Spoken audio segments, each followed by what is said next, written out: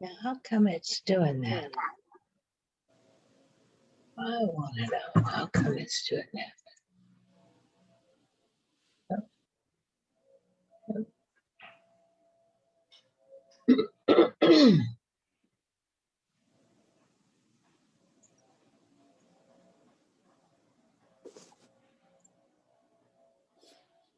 Good morning. Hi, I have a question. Okay. Not about color. You're going to be happy. Okay. Is my When I normally have my camera on, it faces right toward me, but in our Zoom classes, it's over my right shoulder, and I don't understand that. Yeah, I don't know. So, okay. That is interesting. Yeah, it looks like you're square in the middle now. So Huh. So you're seeing me as square in the middle? yeah. Huh, because all I'm seeing is over my right shoulder. That is really weird. Like I can tap my shoulder now and I can just barely see that down in the lower left-hand corner.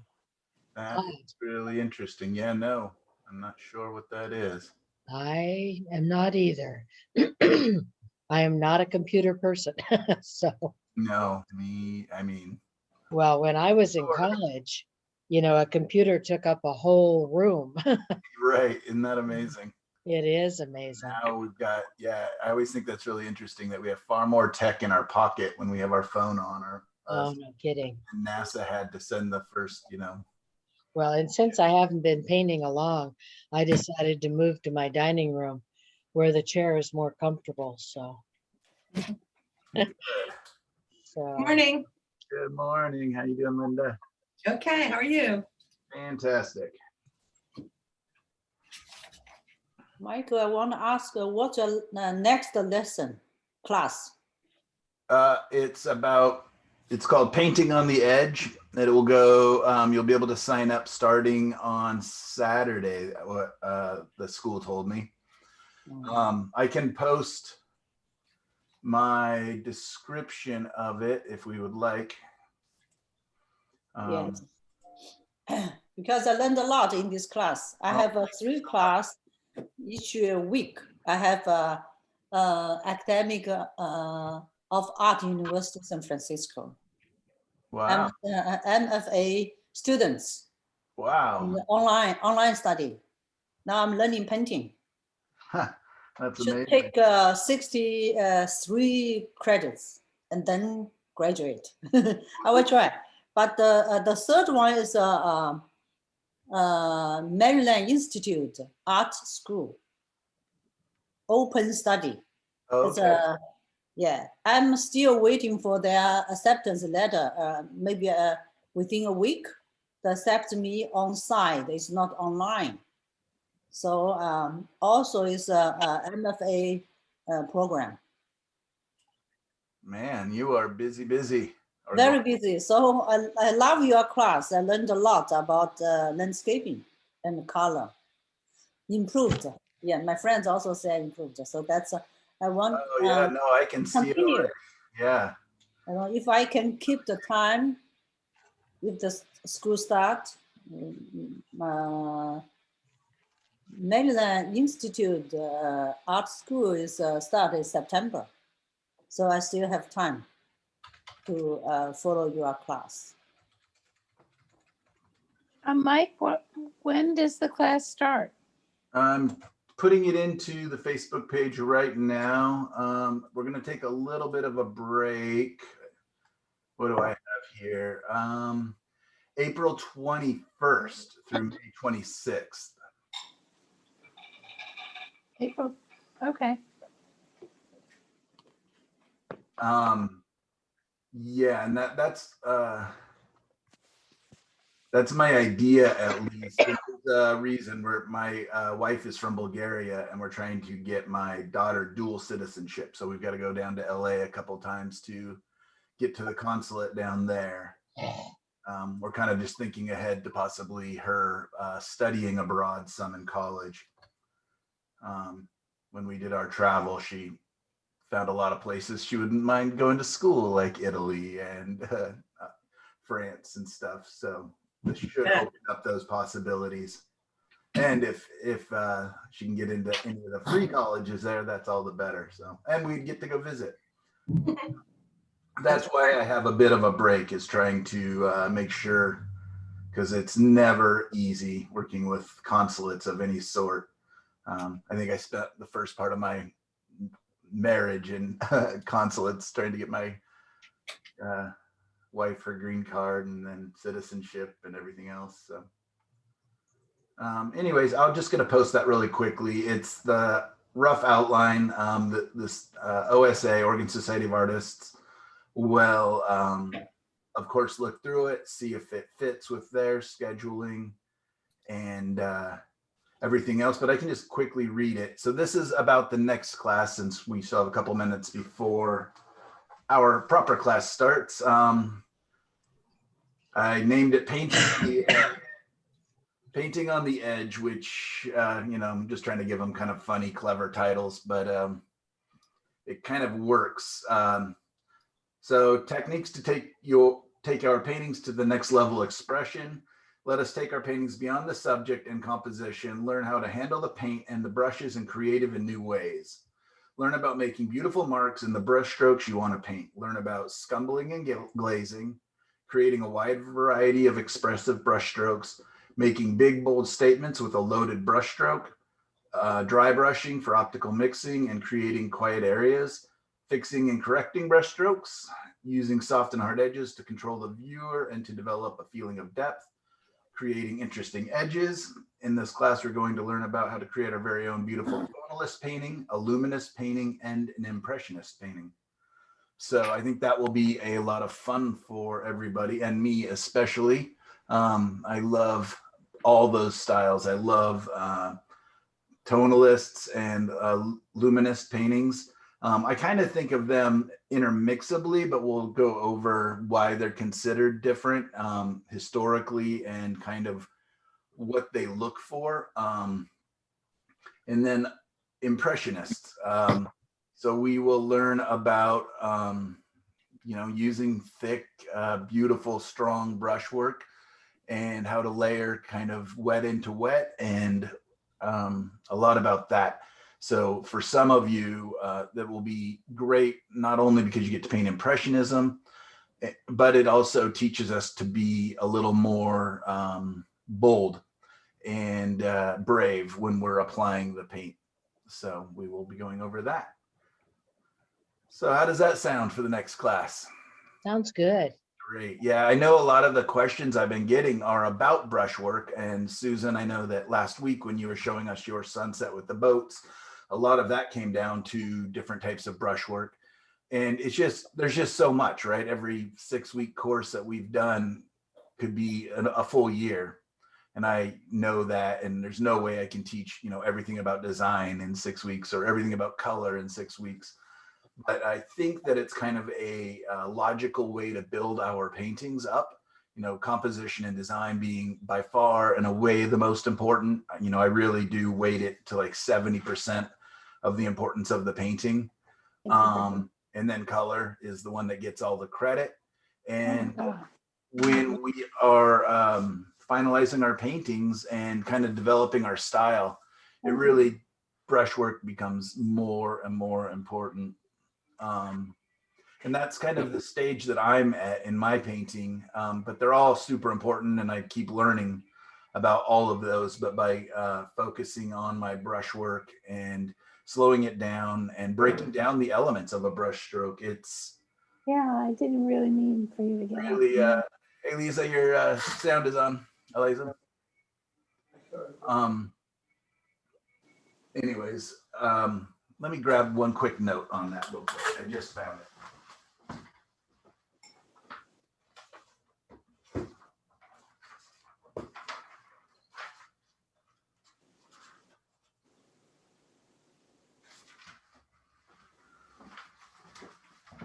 I mentioned this a little bit last week, and when I was sitting down with a good friend of mine, Amy Erickson, and talking about just the mechanics of a brush stroke, and it kind of blew me away as we were kind of going back and forth of what makes a brush stroke, what makes a good brush stroke, what makes an impactful brush stroke.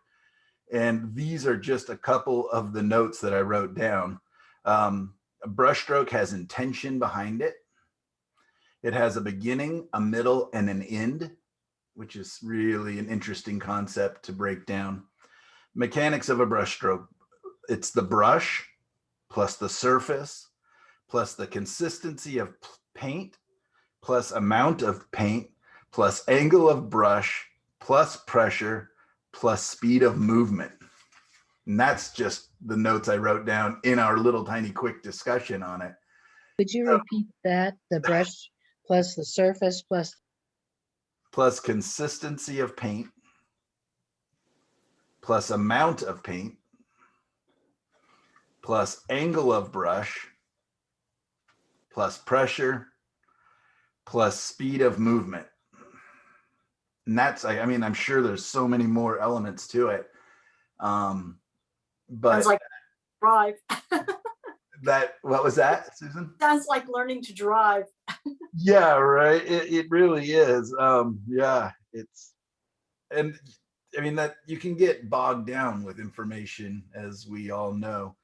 But I just thought, for something that I take for granted, just put some paint on the brush and scribble it around until a painting magically appears. That there's all these different elements for me to consider, to experiment with, and to play with. And also within that list of a tonalist, impressionist, and luminous painting, we will also be experimenting with abstraction. Not that I want to teach you about abstract painting. I'm not going to, try to make you guys into abstract painters by any stretch. But I do want you guys to have that as a way to play and experiment and to try new things. That's new to me in the last couple of years. My daughter was the one that got me into abstract painting, just watching her have so much fun and learning so quickly. And it's just a great way to make paintings that we don't find dear, that we don't have an end to. And what you do with abstract painting is you're basically taking one of the elements out, like making it look like something, trying to copy an image or anything else. And we just chase after certain elements like brushwork or color or balance or rhythm.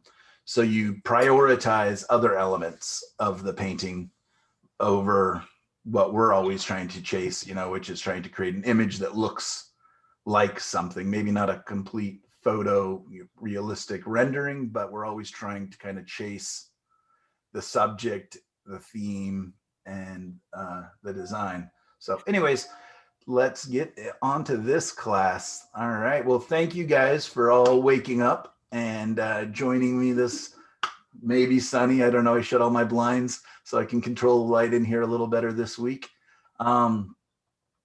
I had a blast the last couple classes, and I've been getting a lot of good feedback and a lot of really good and really difficult questions. You guys are amazing. And I think there is definitely been a little bit of confusion, and maybe that was my fault from showing you, 3-4 different color wheels right at the beginning. Maybe if we'd have just focused in on simple 3, 1 red, 1 yellow, 1 blue, or the split primary palette, that may have been a little more beneficial or less confusing at least. But a lot of questions on warm and cool color. Did everybody get the sky reference I sent out with the big clouds? Great. So that in this painting, just like in the last week's painting, we will be talking about warm and cool quite a lot.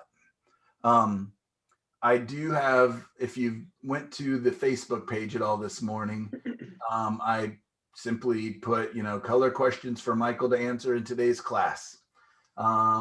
There's 17 comments in there already. I basically reposted a couple emails that I got throughout the week, really great questions that I thought everybody could learn from. And they're tough. They're not easy questions. They're not easy answers. So I will do my best to kind of not even try to answer as much as explain my thoughts on it. Because in painting, there's no really there's no answers, right? That's what we're kind of learning. It's just about questions and playing and experimenting. When I tell you about the colors I'm using, that's not dogmatic at all. I'm always changing my colors, trying new things. And as you guys saw, I've kind of talked about the evolution of the colors, why I've changed from one color to the next. And that will continue to change, not only because of I'm learning new things, but also just trying to keep everything fresh and trying to not have I hate it when I have a big painting show and I get there and all of my paintings have the same colors and same feel and same mood. I find it very boring for me, as the viewer. And it makes me question, why am I not challenging myself more? Why am I not trying things? And it is a funny thing, and I think I said this last week, that there's times when I'll sell really well and literally just go, okay, well, time to stop those colors. I don't know if I just hate money or what, but it's like it becomes too easy. It becomes formulaic. And I don't want to teach formulas. I want to teach you how to ask better questions. That way you will develop your style. I don't want to create, what do we have? 18 of us on here, 19 of us. I don't want to create 19 Michael Orwicks. I'm thrilled that you guys like my paintings and that you like the glow and whatever reason you chose to pick me as your instructor versus the thousands of others out there. That definitely thrills me. And I don't want to make excuses or not teach you the things you want to learn. But my goal is to make Stacy and Carrie and Lorianne and all of you the best painters that you can be and that you should be. Bob Ross is a great example that I hear, his name gets brought up probably weekly in my life. And I love the guy. I still watch his videos from time to time. It's like putting on a warm blanket and a nice cup of cocoa. But I do not want to paint like him. I learned a lot from him, as a little kid, watching him growing up, and I still learn things from him. But I think the best thing that we learn from watching people like Bob Ross and other painters on TV and stuff is the joy and the excitement and the willingness to go for it and try things.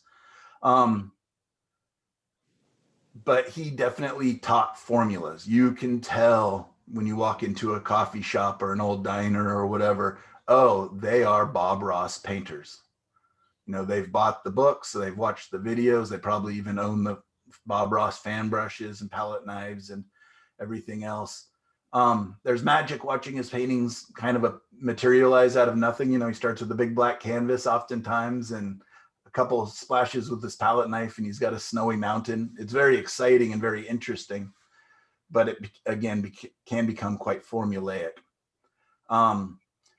So I hope that makes sense in my teaching style and at least the way that I'm trying to approach how I share information with you guys. This is kind of why I'm doing what I'm doing at the time.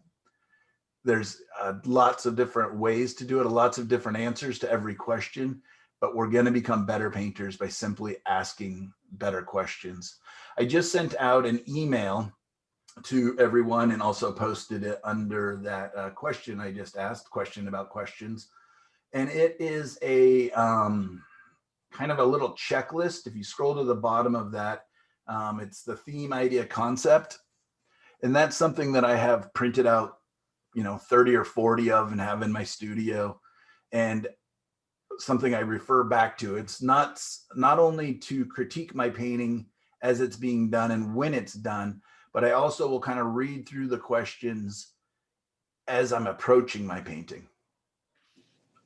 Something I haven't talked about is kind of my way that I focus on, or the way I approach my paintings when they are more successful is with the end in mind. Have you guys heard that? Start your projects at the end. Yeah. Like if you're planning a big party or planning, you know, whatever it is, a big dinner, start with the idea in mind. What is the theme? What is the mood? What is the feeling that you want to get across?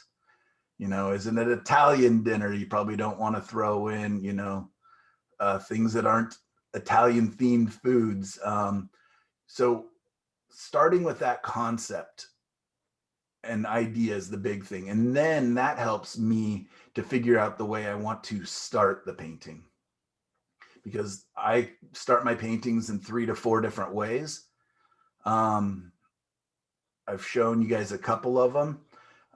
In the brushwork class, we'll talk a little more about that. If you were in my design class, you got to see, I think, 3 different ways that I started a painting.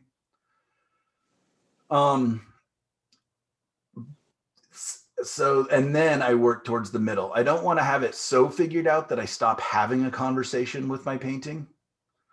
I often will kind of change course slightly during the painting because, you know, maybe my mood and feeling change throughout it, or I get a different form of inspiration, maybe from a different reference or a different artist I've been looking at. I want to have that conversation with the painting and I leave that open. But if I have a strong concept in mind, I can kind of envision how I want the painting to turn out. That really helps guide the beginning and the middle of the painting. That makes sense, you guys? Michael, Yeah.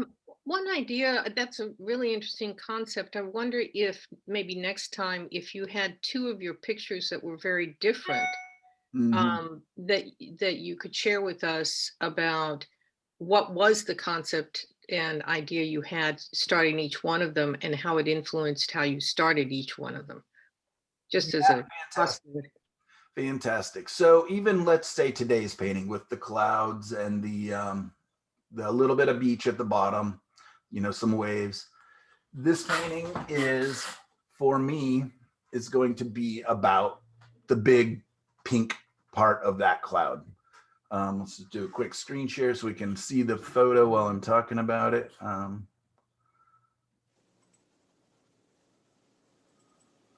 right, you guys see the pink clouds over here in Photoshop?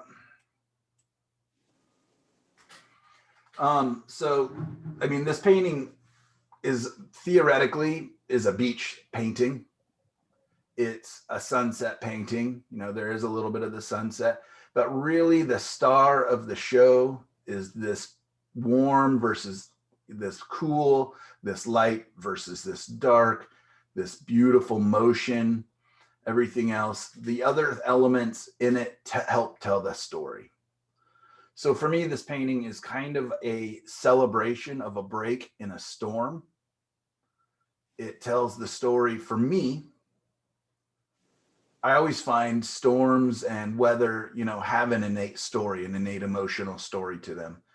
This one really is about hope, if you want to see it that way, about, yeah, just that break in a storm, something we could all kind of use a little bit of right now as we're kind of getting over, hopefully past this kind of rough year that we've all had. This painting kind of represents that to me.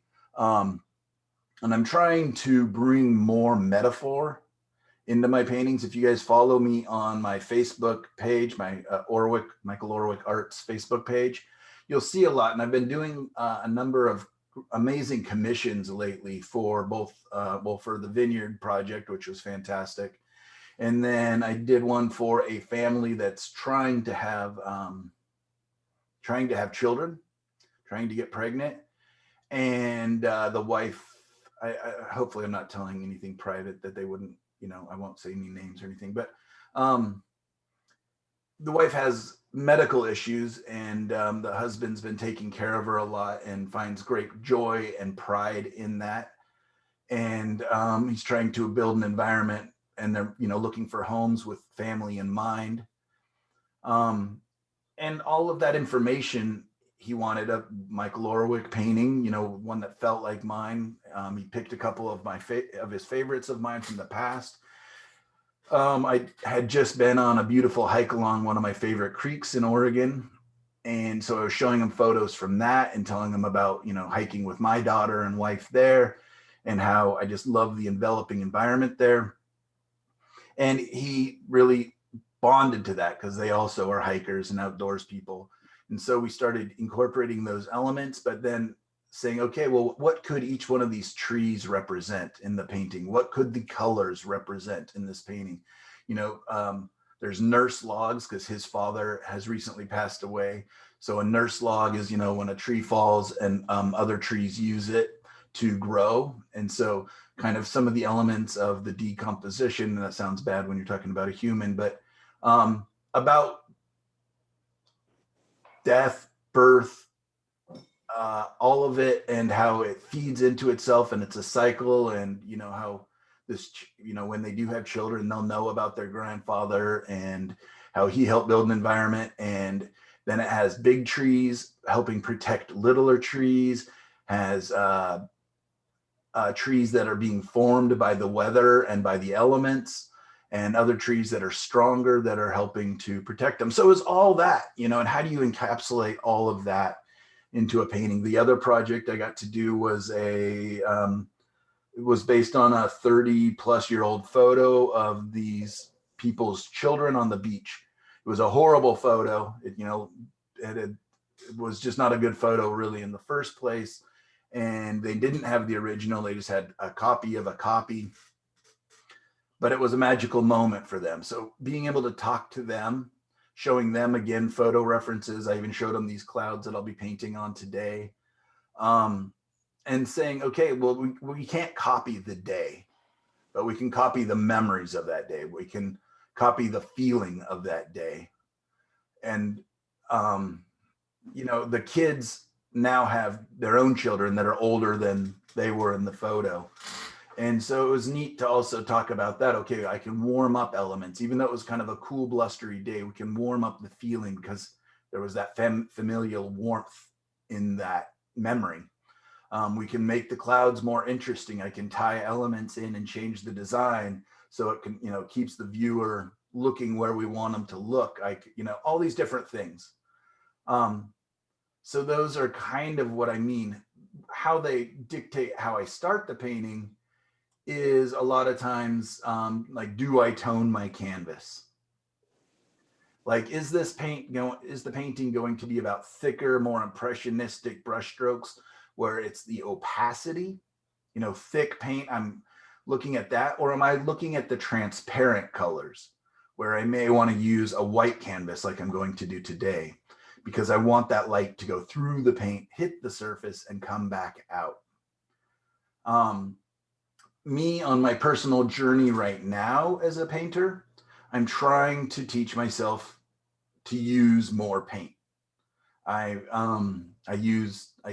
scrub a lot. I use transparent color a lot. And I would like to push myself out of that comfort zone a little bit and learn to use more thicker paint and more deliberate, chunky brush strokes. The reason is not that I'm ashamed of my paintings at all, but it's just that I find great joy in other people's work who are doing that. And I would like to bring some of those elements into my painting, because I think when you, just like if you have warm colors, it's nice to have cool colors to help them show off. I find that when you have a lot of transparency and thin brush work, it really contrasts nicely with some thicker, more juicy brush strokes. So this painting is about the glow. This sky painting is about the glow, these clouds picking up the light kind of shining through the more, the thinner ones a little bit kind of from behind, but it does have big chunky elements, big heavy clouds, some dark colors, some extreme contrast. So how I'm going to start this one is more sketchy. I will actually draw it out a little more. I'm not going to overly define things, but I'm not going to do my subtractive style where I cover the whole painting with kind of darker mid-tones. Especially I wouldn't want to do it probably with my earth red, because I don't see a lot of earthy colors in this, and it's not about that for me. It's about the kind of more beautiful, purer, contrasting colors. So if I started it with a muddy, earthy background, I would be fighting that beginning of the painting the whole time. What I'm gonna also, I could sketch it out with my earth colors, or I could sketch it out with blues or whatever colors, yellows even, but I'm going to sketch it using my Quinacridone Red. The reason I've come to that decision, and I could do it with any color, especially if I'm willing to let it dry in between, but I kind of want to attack this painting. I kind of want to show you guys how we layer colors a little bit, a la prima style. It's not going to be a completely a la prima painting because, you know, I don't think I'll finish it in one class. But when I use red, Quinacridone Red, strangely especially, it doesn't seem, red relates nicely to the oranges because it, you know, blends well towards orange, and it blends well towards the purples in this color. So where it contaminates the paint a little bit, it's not going to be a big difficulty for me to overcome. Does that make sense? So if I like went over this and I drew it in black, let's say, then my little wispy light clouds and things that are more glowy, I would have a hard time painting over that black outline and making it disappear. So that's kind of some of the decisions I make. I also don't care to replicate this painting. There's some thing, you know, this photo completely. There's some things I don't quite like shape-wise in it. But what I do love is the movement and the danciness in these clouds. You know, this kind of swirling motion a little bit, this kind of U-shape. It just, you know, how the eye leads in, follows up the clouds and moves around. I really like that. So maybe when I'm sketching, I may even try to play up some of those elements a little bit, maybe having my arm a little longer, not, you know, up and drawing right next to it, but having full motion of my arms so that that even the sketch will have some of that hopeful that dance and celebratory feel of some of these clouds. Did that answer your question, Sully? Yeah, that was great. Thank you. Okay. Yeah, thank you. Great question. And I will try to remember to go over that. So there you go. You can see that I have a black and white version and a color version. Right away, I noticed that the darks are really dark in these clouds. The bottom areas are really heavy. And I have to decide, do I care? Does that help contrast against the really light, airy, dancy clouds, these really strong, dark, moody, you know, to have that contrast? Or would it be better if I maybe lightened up some of those darks, made them a little less heavy, and allowed maybe some of the darks in the foreground and in the beach to stand out a little more? When I look at the black and white, you can see some of these darks are just as dark as other areas. And that can happen, right, in really heavy backlit clouds. But do I want that, or do I want to make them a little softer and a little airier? And I'll have to kind of decide that as I'm building it up. If you read through that, and I don't want to read through all of my kind of self-critique with you guys right now, but we can go over that in the next class after you guys have had a chance to look at it. It's just a great reminder. I don't think I've ever had any of my students in the past say that they use it every painting. But I do think that if you can make some decisions, it really helps us to paint with intention. If you can make some decisions, getting that kind of end in mind, it really helps us to make decisions as issues and problems arise in our paintings, which inevitably they do. Every painting doesn't work all of the time. I don't know if that's the right way to say that, but you know what I mean, that I'm going to switch back over so I can see you guys. It just helps us, it helps to guide us. You know what, you guys have probably heard the metaphor of a ship leaving to, you know, far off lands. They basically know they're kind of their main direction that they're heading. If storms come up, if strong winds come up, if the currents change, they can do their little course corrections and still end up generally in the area that they want. And so that's kind of how I think about that, kind of starting with intention, starting with the end in mind, where do you want to go to? There are definitely times where I just start painting, but those are for fun. Those are for psychological breaks. Those are not with a, selling them and showing them in a gallery in mind, or with a finished painting in mind. So anyways, any questions on that, you guys? Great. Where did you publish that list? I put it underneath the question I just asked about, does anybody have any questions? I also emailed it to you, Kate. Okay, thank you. Yeah, I emailed everybody that, and also kind of a very quick, some of my thoughts and feedback on color. Just kind of a very quick one. I'll go through the questions that everybody was so thoughtful and anyways came and asked. Yeah, do you guys want to quickly go through some of the questions and answers, or would you prefer to do that at the end of the class? I know at least 2 of you guys have to have a hard stop at about 12:30. Would you guys like to do a little more talking, or should I start painting? Paint. Painting. Yeah, let's get to the fun part. And then I will again stay later. I think last week's class was 4.5 hours for those of you that stuck around the whole time. I'm glad we can do that on Zoom. I won't be able to do that, of course, every class, but last class, the class before that, and today's class, I will be able to. I do have a client coming after class, so that may be the only thing that would cut me short. But I am looking forward to discussing all your guys' wonderful questions and keep them coming. And a couple people did ask about one-on-one lessons. I do offer those. It can be a critique. It can be, painting on Zoom together. I do it for plein air painters where they tell me a location and I'll go meet them, or I can pick it. It is $100 an hour. You can bring a guest if you would like. So if you want to split it with somebody, but that's just for those of you who think that it would be really worth it, and have some, really outstanding questions, or maybe, I didn't even ask Jean. Jean, I hope that it's okay that I posted your questions. You had such amazing, thoughtful questions. I went ahead and posted those onto the Facebook page. I should have asked you first. I apologize. Oh, that's all right. I have lots more, so. Okay. All right, great. Well, you guys are fantastic. Let's get over to the easel and let's go ahead and take a 5-minute break. As I do that, I need to lay out my paints. I am going to be laying out a split primary palette today.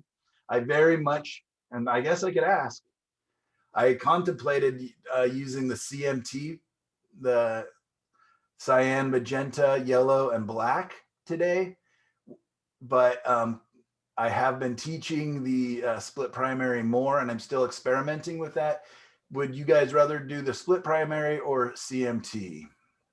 Split. Primary. Split primary. Let. Yeah, let's just stay with that. And I went out plein air painting last week and did paintings with only CMT. I only took those so that I could practice. It was fun and fantastic and beautiful, beautiful grays. Yeah, let's get back. So I'm going to go set up my split primary palette. Michael, just a quick comment. Yeah, Mary? Kim Catalina is saying she can't get in. Maybe you want to shoot her an email with the Zoom address. Oh, okay. Or you don't have to do it on, and if you have someone assisting you, maybe they can. I unfortunately do not. Okay, so let's go ahead and take a tiny bit longer break. Get your warm coffee, tea, whatever it is. Give me a second to see if I can bring her in. Kim Catalina, you said? Yes, Catalina. Okay, let me send her an email with the link. Boy, it doesn't show me the link any longer. Or how did you guys all get in? Through the email? I used the one that you said all the classes could be reached by using this particular connection. Yeah, that's how I actually got in too. Sometimes if you just send them a quick email from right where you are, they can pick it up and click it. Okay. Great. All right. 5-10 minute break because I do need to put out my colors and get myself a drink. I'm already cotton mouthed a little bit here. So let's meet back up at 10:10. Perfect.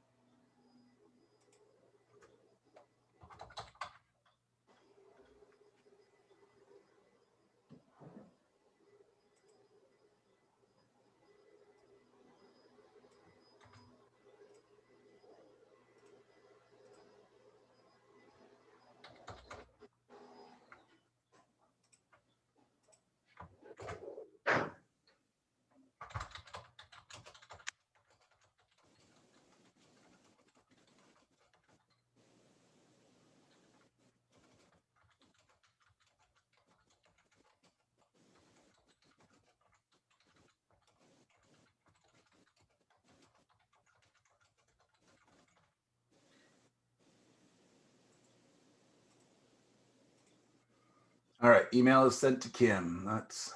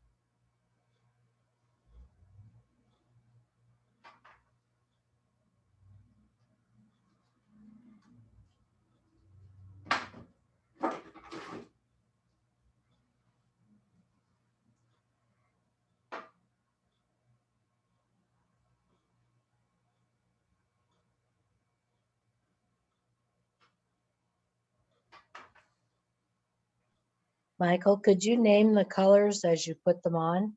Sure. And I'll put them out here so I can reference them. I'm using Indian yellow as my warm today, warmer yellow. Okay, it looked different. I was wondering. Yeah, I found the Hansa Yellow Deep, which has been kind of a new color for me. I'm finding I have a little bit of a hard time mixing it with the Quinacridone Red for some reason. So Is that because it's not very transparent? it should be somewhat transparent. I just, maybe something with the chemical makeup of it. I'm not positive. It may just be, I just need to relearn it. So I'll tell everybody when they get here for sure. But yeah, I've got my titanium white, which is my kind of always white. I've got my, in this one, it's cadmium yellow light.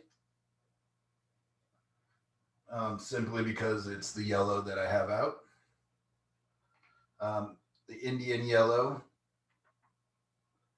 I've got a cadmium red light, which is a very, very strong color.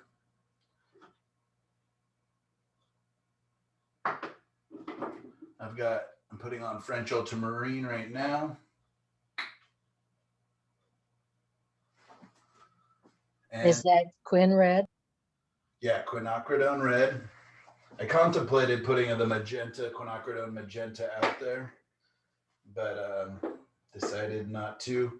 I want pretty warm pinks and peaches in the sky, in the clouds, so I went ahead and used a slightly warmer, cool red.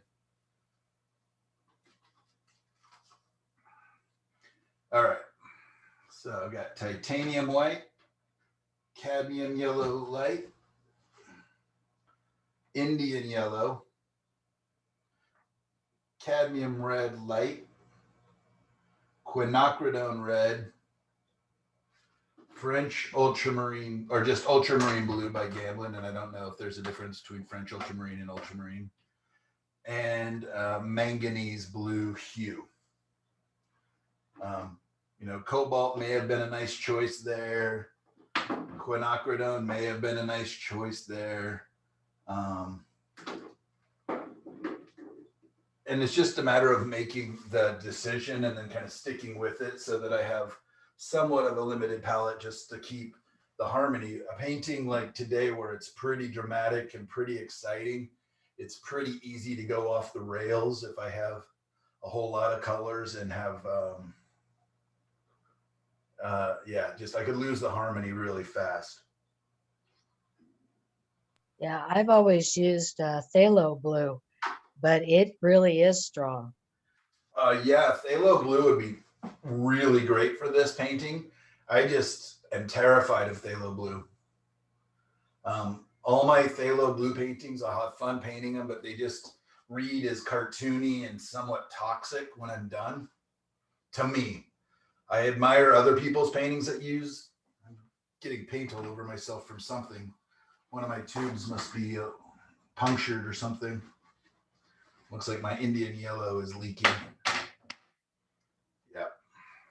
Well, I took the very first class with you that you had at Oregon Society of Artists, and then you weren't sure you were going to teach again. And I asked you who else you would recommend. Student were you? Scared me. Just kidding. So you told me about Jennifer Diehl. Oh, she's amazing, right? So she was in Gladstone, and I live, on the far side of Oregon City. So not having to go into Portland was a blessing. Yeah. And so I took with her for 2 years. Lucky you. I really would like to take classes from her at some point. I am amazed. I own like 3 of her paintings, and they amaze me. And she uses Phthalo Blue, but she also keeps a cadmium orange on her palette. Yes, she does. And so that's how she is able to control that really strong blue is with, I actually have those 2 colors. Let's put them out there and I'll show you. I mean, she probably showed you, but What is Jennifer's last name? Diehl, Diehl. And she is a powerhouse of a little quiet painter. Well, she's hospital bound right now because she's having trouble with her second pregnancy. Yeah, I saw that. It's too bad. Really too bad, but it looks like everything's going to be okay. They're I can't remember how many weeks now, but they're getting to the point where everything's okay. Yeah, I love her. I love her paintings. We used to get out to paint together from time to time, and then we also showed up in a gallery in Seattle area together. So, you know, I would take paintings for her, she would take paintings for me. So we used to cross paths, but we haven't much. I even hired her for a one-on-one painting lesson with my daughter, just because I like her style so much. It's so clean. Her paintings are just so clean.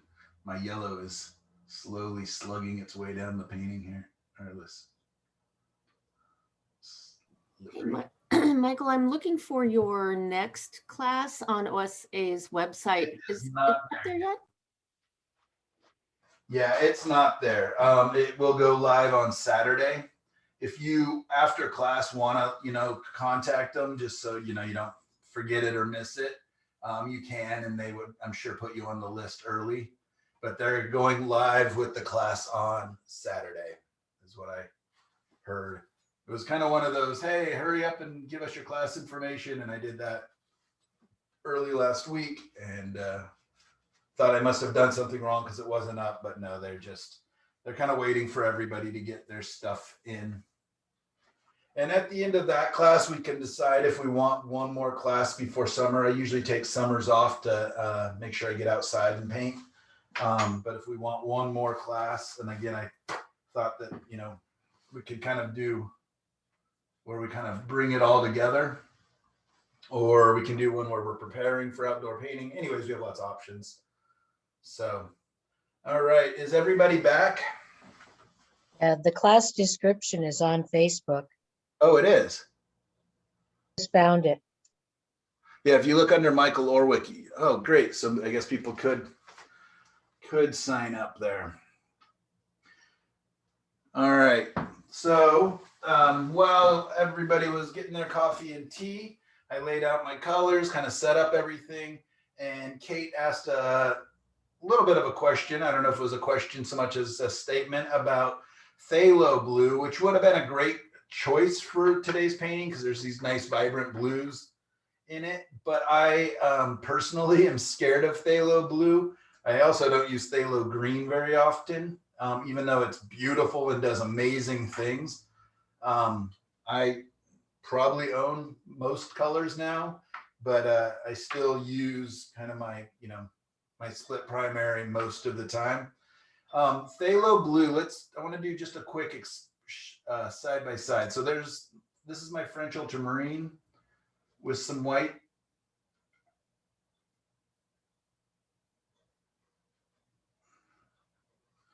And you can see that the vibrancy drops down pretty quickly as we add white to it. It's the blue that leads towards purple, beautiful color. A lot of artists use that as their sole blue, French ultramarine. But I did find because of the red in it, it's hard to make really vibrant greens. So that's why I experimented with first cerulean and ended up going to manganese blue. The reason I did that is because, again, I can subdue my cerulean. I can subdue my manganese and make it do all the things that I can make cerulean do, but I cannot make cerulean more active. I could maybe if I added some phthalo blue to it, but I can't. Anyways, I find that manganese blue has more versatility than cerulean blue does for me. Cerulean's a beautiful, beautiful color. I love it. I used it for years, but I've changed over to manganese in the last while. Manganese is actually a phthalo blue, which is this one that I just added here, a phthalo blue derivative.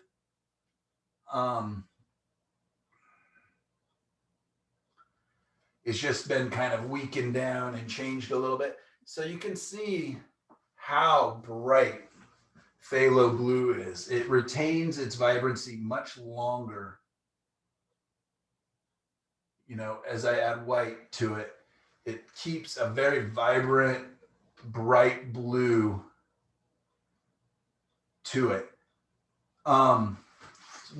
Kate and I were talking about another local painter here in the Portland area. Her name is Jennifer Diehl, D-I-E-H-L, I believe. Correct me if I'm wrong, Kate.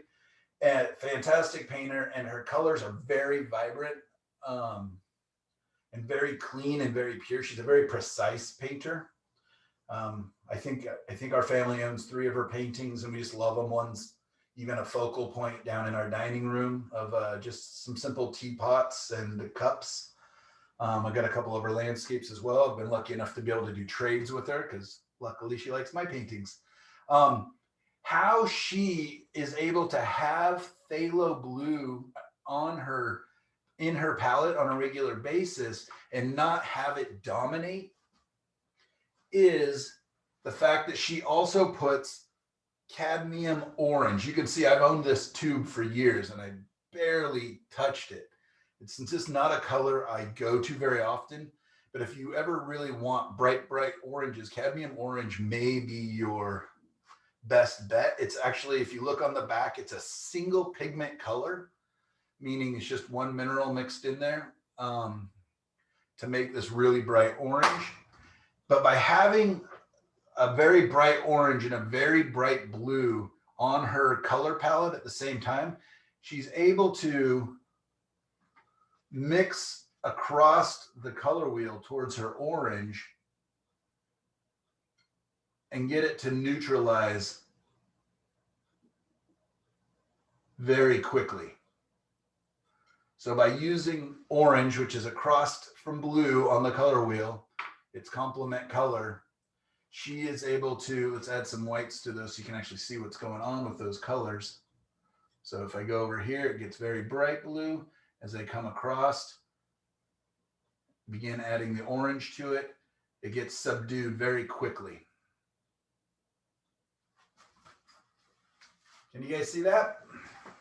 So as I bring that orange. So if you want a really vibrant, you know, blue, phthalo blue may be your choice. I would just then suggest that you maybe also throw in a very vibrant orange to your mix. And I guess the main reason is I just rarely need a super vibrant blue. I can usually make my blues feel pretty vibrant by putting, you know, more subdued colors around them, or putting, you know, other calm down, neutralized colors around my blues. So I just generally just don't need this super blue. So does that make sense? I know that even kind of leads into some of the questions that were asked. Is that's about mixing across the color wheel. You can make, you know, just these beautiful, intense darks. I mean, that almost even makes towards a green if I add more orange to it.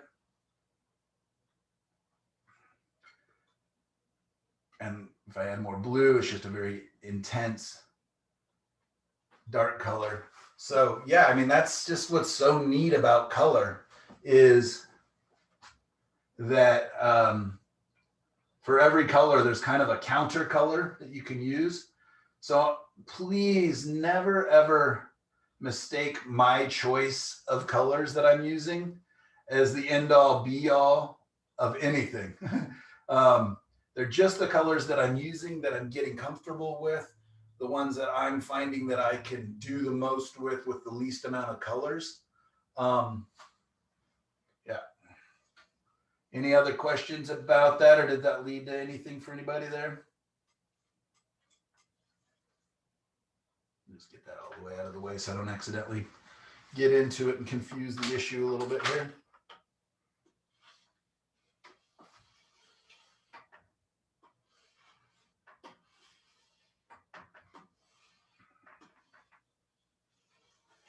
It's pretty funny too, talking to some of you guys, or some of you are like, I'm having such a hard time making greens and browns. And then others amongst you are saying, I'm having such a hard time not making greens and browns out of everything. To make browns is basically anytime we mix across the color wheel, we will get browns of, differing colors. Anytime you mix one primary and a secondary across from each other, it's going to start to brown down, gray down, whichever terminology you want to use.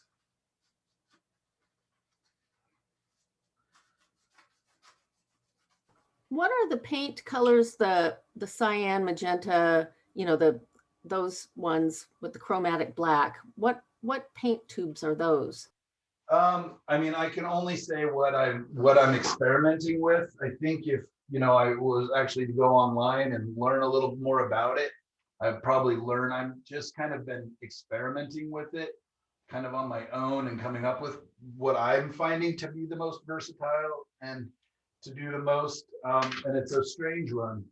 For me, it's Cobalt Teal at this point until I find out better. Cobalt Teal, which is a very opaque color, I believe. I'm trying to check. Yes. Opaque. And then for me, it's the Quinacridone Magenta. And the yellow I've been playing with that seems instinctual for me, but I'm not positive it's the right choice, is the Hansa Yellow Light. But I should probably experiment with Cadmium Yellow Light, which is the Hansa Yellow Light is a semi-transparent or transparent color, whereas the Cadmium Yellow Light is more opaque. And then in the paintings I did, I'll show you those in just a second. I got them behind me. I used chromatic black as my black. So those are the 3 tubes I took out. Are you guys seeing those okay? Yeah, thanks. Those are the tubes I took out into the field to paint the other evening. And I just did 2 really quick sketches from a park on top of the hill behind our house. And here's some of the colors that it came up with. Again, a lot of gray. There was a lot of atmosphere in the hills in the background. So that got played up a lot. There's a field with some pine trees. Yeah, lots and lots of atmosphere. Very pretty. Thanks. Yeah, it was fun just to try, and I was up there with a couple friends that we were talking. And thanks. Could you tell us the difference between the 1980 or 1890, whatever it is, and the other Gamblin colors? Typically, the 1980s are going to be much, much cheaper. Oftentimes half or less than the other ones.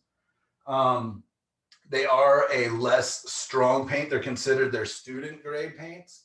Normally, I was taught to stay away from student grade paints, and just go towards the full chroma. You actually oftentimes get a better value when you use full chroma because you can just mix stronger paints. But with the 1980s, I was like, well, if it's weaker and I am already scared of Phthalo Blue, I can use the Phthalo Blue in the 1980.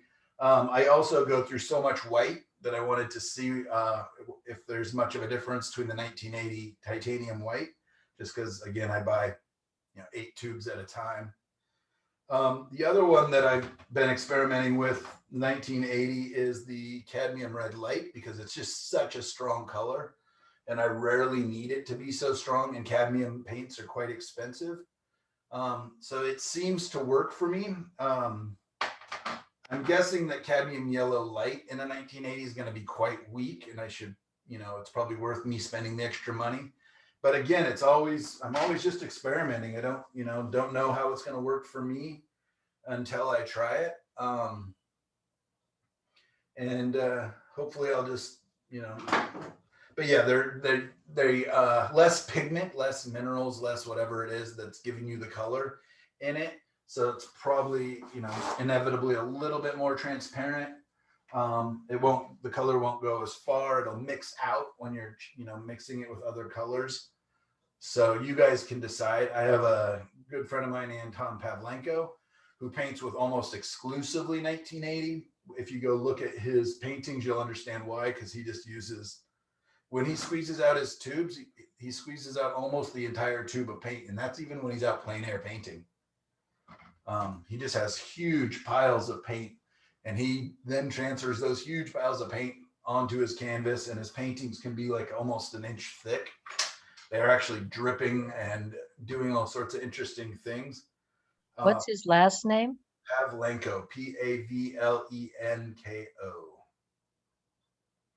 Yeah, he and I actually teach together out at the coast sometimes, teach plein air workshop out there.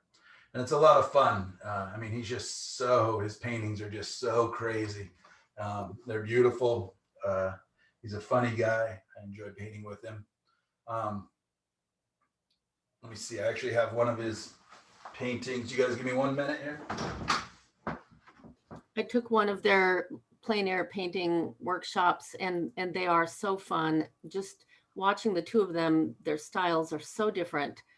It was really fun. I remember seeing him on Oregon Art Beat, one episode.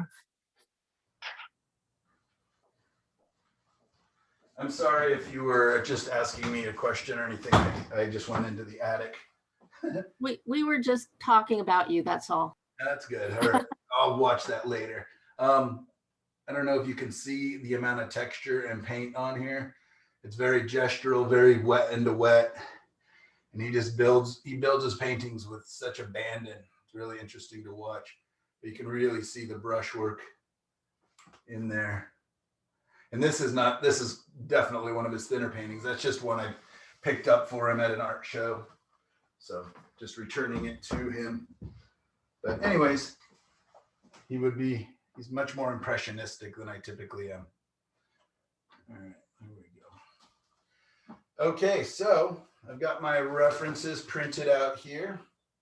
Those will kind of be off the scene, unfortunately, just because I'm painting a bigger painting today.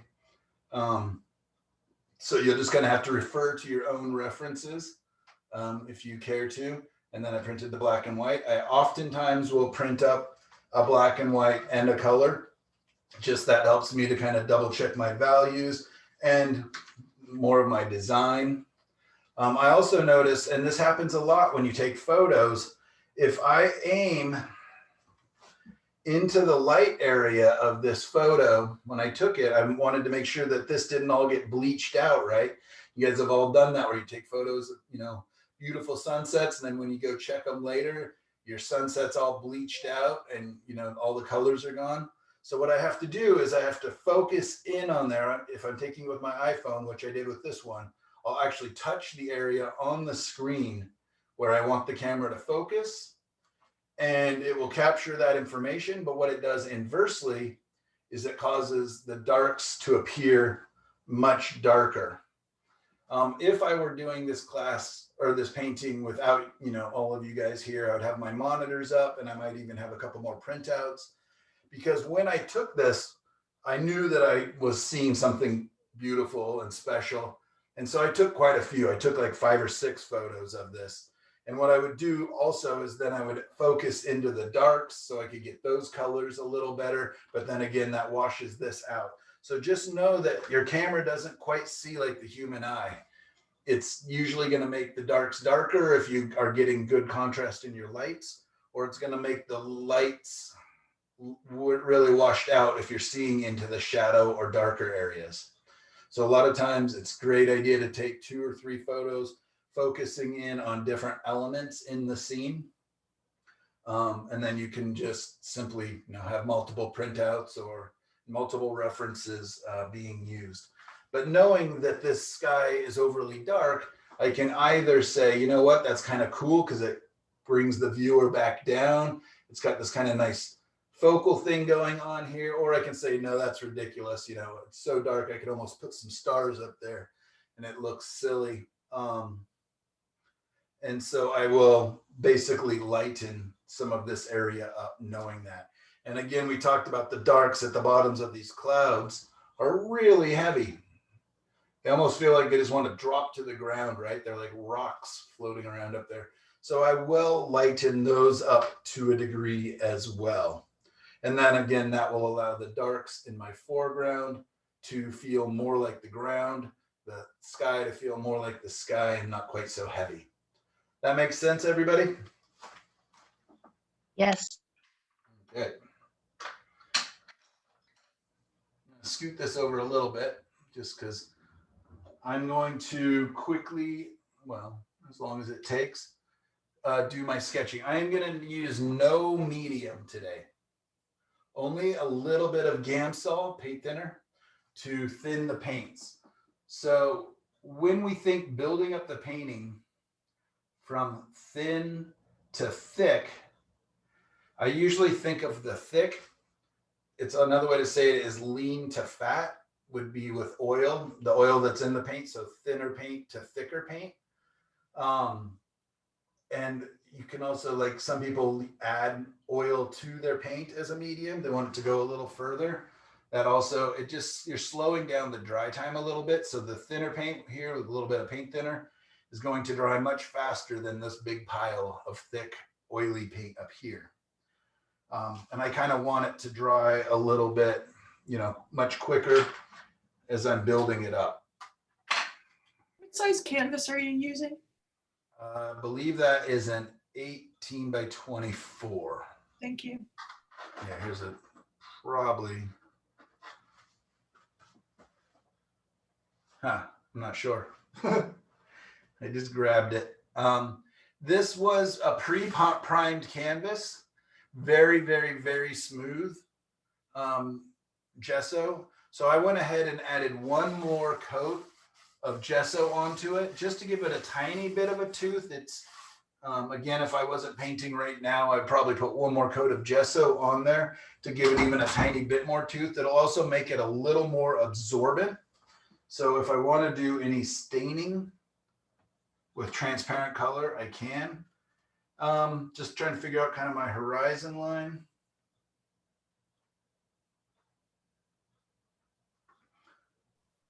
Michael, Yeah. I know you switched up the palette a little bit, and I was wondering if you could just review the new colors for a moment. Let's do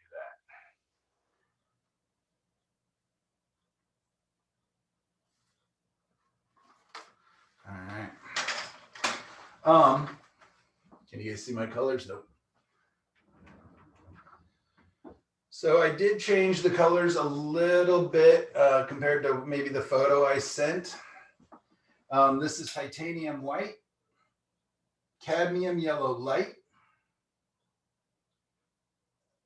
Indian yellow, which is a very transparent but fairly strong and fairly warm yellow. Cadmium red light, which is a very strong pigment load. I am using the 1980, so hopefully not quite as strong as normal. A tube of cadmium red light will usually last me all year. My Quinacridone Red, which would, a lot of you guys may use alizarin, which is going to be very similar.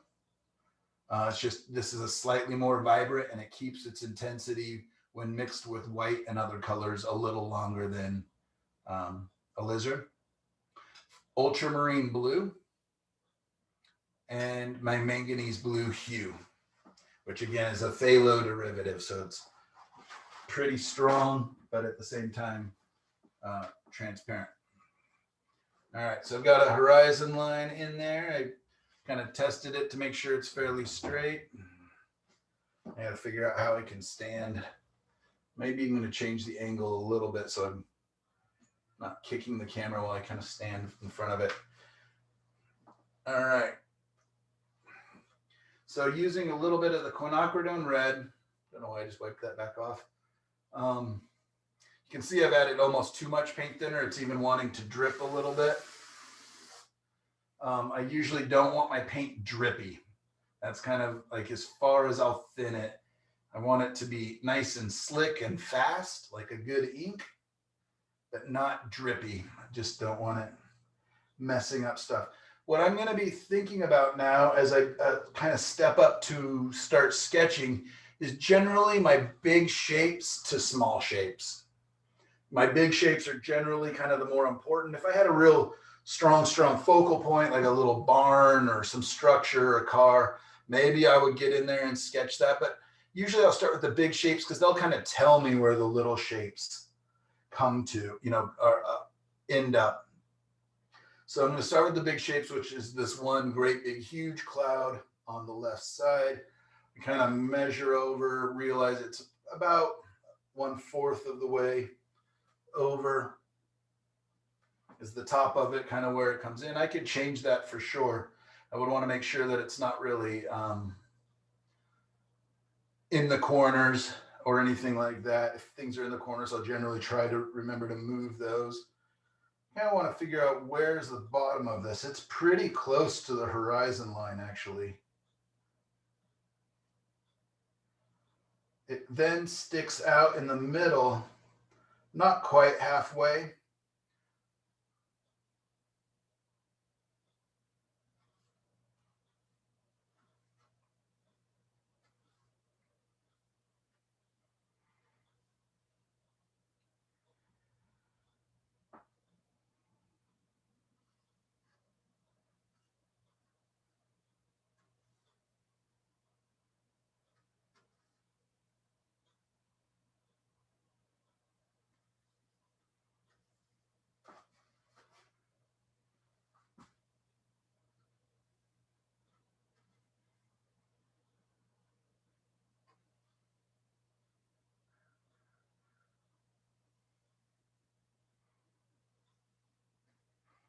It's a little bit interesting trying to draw very well, standing off to the side of the canvas versus in front of it. Always just throwing out excuses if things don't work out that I can use.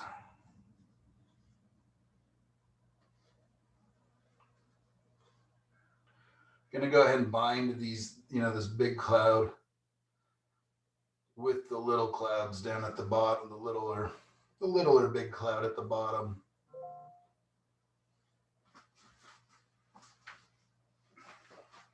I'll come in and refine the shape. So I'm not going to have these, straight lines, but things are going to get finessed and things. I'm just trying to give myself my roadmap, as it were,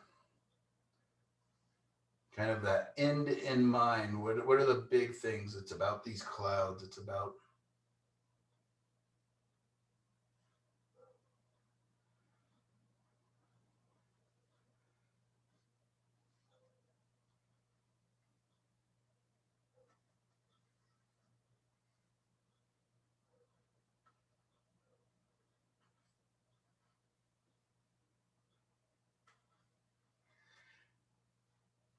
and all of this is highly mobile. If I decide, that angle is way wrong, I can wipe it back down. I could even, if I really wanted it gone, add a little bit of paint thinner. It doesn't matter that it stains my canvas a little bit, just because it's all going to get covered.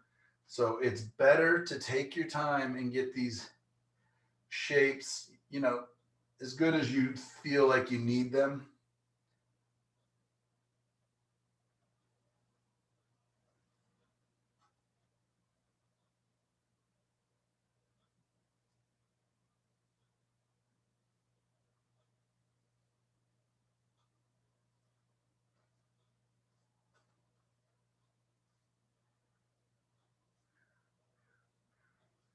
And again, I'm just kind of trying to retain some of the, I don't know why I keep using the term danciness of some of these littler clouds. There's just such a nice movement to them.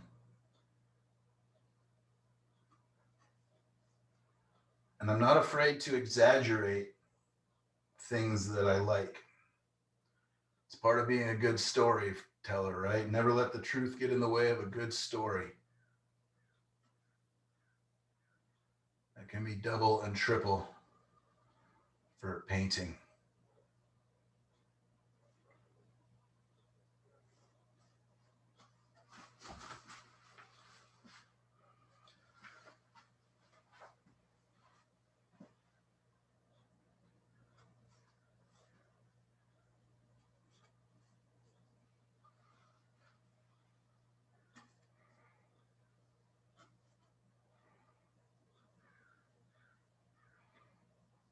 the littler clouds will come, so I'm not going to worry too much about all the minor details and stuff. I'll be able to, I don't want to be painting around little tiny marks. I want to get things covered pretty quickly. You'll see in this painting, I'll be covering big areas pretty almost brutally, and then coming and finessing. When I'm painting a little thicker, a little more alla prima, a little more wet into wet, I will often change my brain a little bit as I'm painting from painter to sculptor. I think I've talked about that a little bit more, but that is a lot of fun for me. Probably comes from watching painters like Anton Pavlenko and Eric Jacobson and painters who are just not afraid to use some paint. I've heard Eric Jacobson say multiple times, paint like you're rich, meaning don't worry about the paint, just use it. And whenever I'm getting stingy with my paint, I remind myself the most expensive paint I own is the paint I don't use. Did Eric move back east somewhere? Yeah, he is, I think, in Maine, where he came from. Didn't know he came from Maine. Yeah, that's beautiful. Yeah, that's why his big painting pack is a oyster shucker basket. He just carries around. What's his name?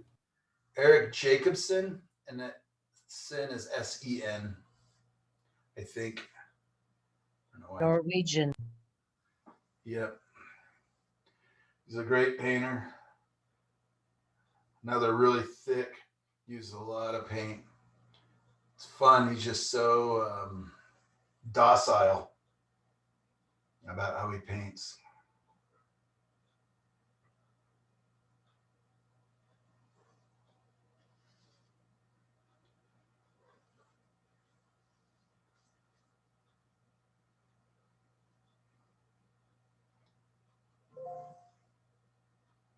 And I'm not going to worry too much about all the waves in here because I will actually be adding those later, probably with a palette knife. I've been having a lot of fun using palette knife in the waves a little bit.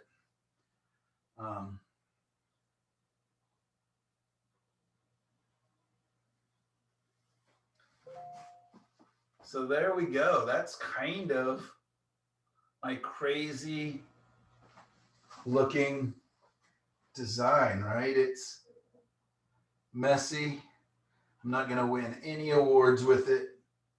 Nobody, if they saw this and only this, would think Mike Orwick, that guy knows what he's doing. I want to take classes from him. No, it's about me at this time. It's about just getting enough information for me to feel comfortable moving forward and going and mixing. Now what I'm going to do is pre-mix a bunch of colors, and I'll talk my way through that. And so I just need to feel like this is an interesting design. It's got nice movement. It's got it helps tell the story and the feeling that I want.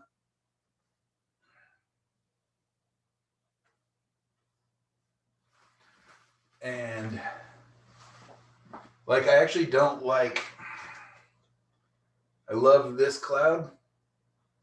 I don't quite love this cloud. It's got a weird repetition of forms, kind of three fingers sticking out here.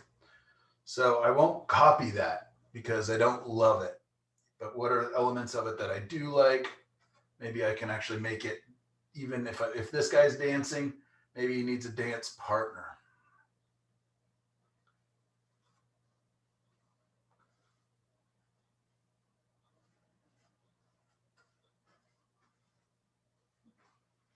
Something kind of like that. That looks crazy.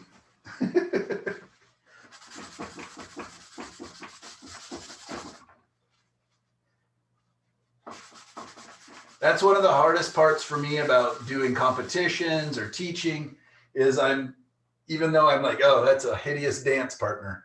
I'm like, oh, people are watching. I don't want to bore them. I don't want to make them watch me redraw that. But you know, we're all good friends here. You guys don't mind, and you understand what I'm doing. You understand that it's better that I get something that I like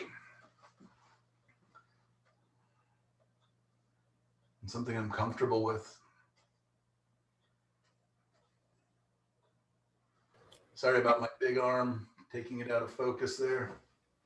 I think it's comforting to know that you also have to maybe, you know, that you don't just immediately always know exactly what to do right away.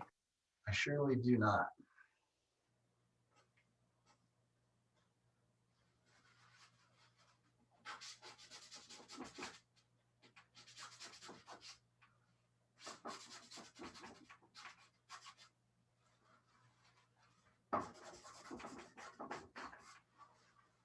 Yeah, I mean, the sunset is going to be beautiful, hopefully, and, you know, interesting, but really for me, it's about this cloud and this area of the painting. Again, when you kind of look at the painting, your eye is drawn to there first, in my opinion. And that cloud is so peculiar and so beautiful.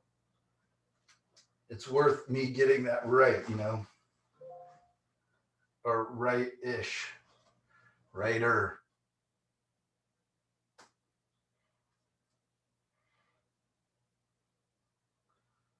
So dance partner. So we got this motion, we got that motion. And I do know that there's this replication of form here. And I can kind of decide, you know, maybe it would be better to change some shapes so that it's not this continuous motion here. But it also, by doing that, does add to the feeling of dance, kind of things working together. I had an instructor in college named R.B. Smith who paints these just really interesting, very expressive and illustrative figure paintings, usually dealing with racism and slavery and history of that. And he, you know, most teachers are teaching you to avoid tangents all the time, and he would use them in these beautiful ways to help tell his story. And so it's kind of, you know, that reminds me of, you know, there's all these guidelines, but if you break the rules purposely or with reason, and Jennifer Diehl does that too. She often will put her focus way off the side, but because it's done intentionally and in such a smart and interesting way,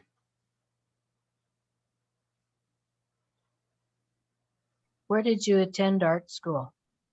I started at University of Oregon, but I was actually a business major there, and finished at the Pacific Northwest College of Art, PNCA. When I started it, it was part of the Portland Art Museum, but they separated and moved into the Pearl District in Portland. And I graduated actually with an illustration degree. Did children's books and animation for a little while. Did you know Ray Nelson Jr.? I don't know if I did. It's not really familiar. Was he a student or a teacher? Well, he was a children's sort of cartoon illustrator, and he also put on workshops around, and you guys seem like you may have crossed paths. Maybe. Names have not always been my strength. If I saw the paintings and the artwork or his face, maybe so.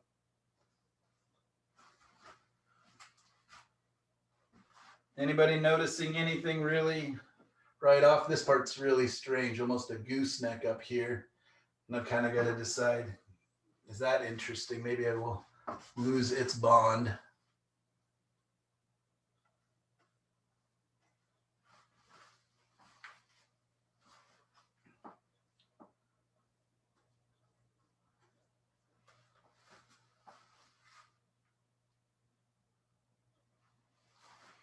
I'm just gonna kind of run my brush along it really quick and kind of test things. Just kind of go, okay, this goes to here. There's a little bit of a wispy cloud on top of that. Again, this is my horizon line. So I've kind of got some stormy clouds here. We're kind of raining down, comes across here that my sun is gonna be basically right underneath and through here. So I should probably lighten that up just a touch. And it's got sun rays going. Comes across to here. There's actually rain falling from this big, heavy guy. I love that contrast. So I'll bring some of that down just as a reminder. This cloud's dark area, I can actually even kind of draw in the shadow area if I want. Kind of connects there, and comes across the bottom there.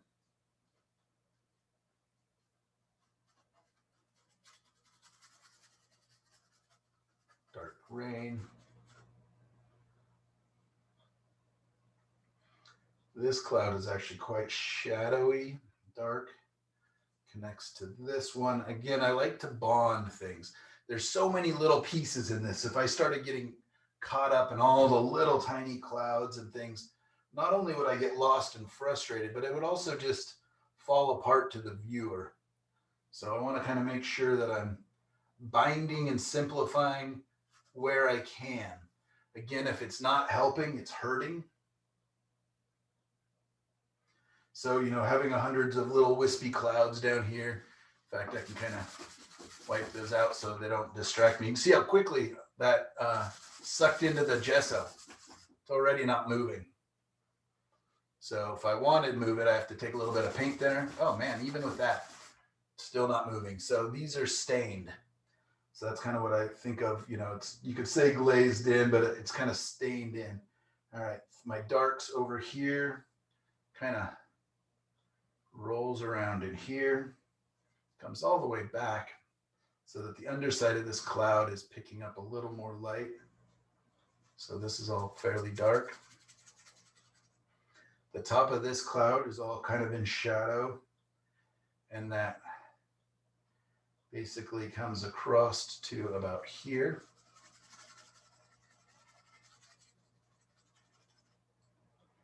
And change brushes because that's silly of me to.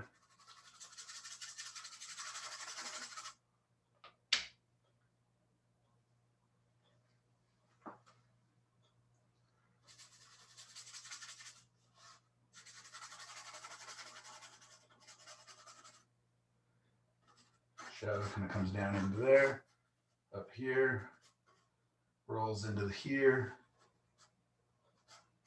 Just a little bit of light coming through over here.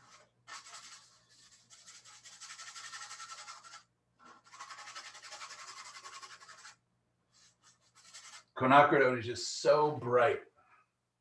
Such a vibrant color. You would have not caught me dead using this color a couple of years ago. It's funny how our tastes and our everything kind of changes.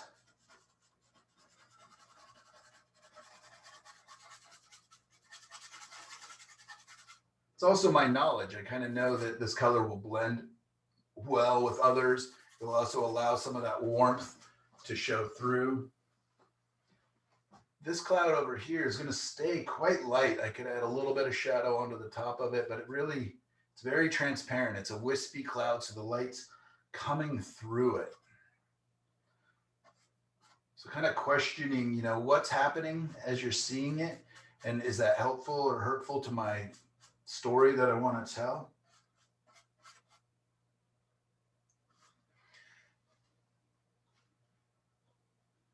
Go ahead and add some of this into the water because it'll show through a little bit.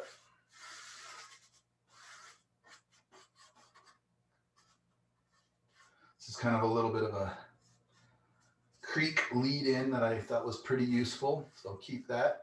And I'm actually contemplating even bringing in, you know, a couple rocks into the surf, which I think might be kind of interesting. But because it's not a painting about the water per se, the water's just kind of giving it its information. I don't want to bring too much interest down here. Just, again, it's a side character helping tell the story. Just gonna pick up some of that wet paint a little bit so that I can quickly paint on top of it.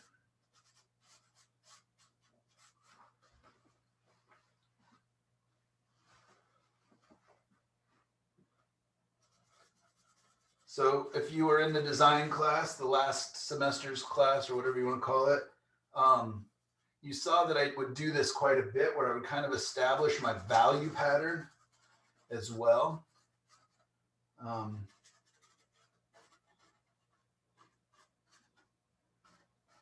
And again, it's just for me. I'm not trying to, well, I'm hoping you guys are impressed, but I'm not expecting that you would be by any of this. This is just a roadmap. I know I'm repeating myself, but it's pretty important. How many of the students taking this class took your design class? I don't know. There was 20 in that class, I believe, or something like that, 17 to 20. And I don't know. I think there's definitely a few that are doing other things at this time. So probably about half, let's say.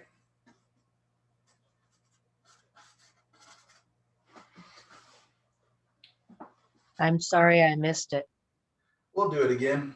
It's one of my favorite classes to teach. I just love design and composition. And I do think that it is the most important thing. You know, as we go forward into the next class talking about brushwork and edges, I actually think that's the least important thing. Doesn't mean it's not very, very important. I just think that what you know, edges and brushwork is going to get you out of a bad design. I learned so much from that class. Oh, good. Thank you so much. It was. It's great to have the guidance and the roadmaps, and it really makes a difference for me. Yeah, just kind of giving a mental structure to how to build a painting, how to think about it as we approach it is really interesting. And I'm hoping that this is a logical next step to that, the kind of, you know, how do we bring in the next most important element, the colors? This painting would be a fantastic painting for brushwork and everything else. And I will be, you know, talking about some of that, of course, because it does have all of these beautiful lost edges and hard edges and, you know, crisp edges down here. So now to the fun part, now to the part that this class is about. Basically, I've just built a little bit of a roadmap for myself. I'll let that tack in, suck into the canvas a little bit so it's not polluting everything I do from here on out.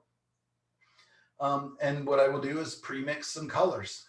And now I get to make more choices, right? You know, do I want this real heavy, dark sky and dark clouds? Do I want to play up the blues and the turquoises in there? Or would another color, maybe if I made it a little greener, that's a contrast color with the peaches and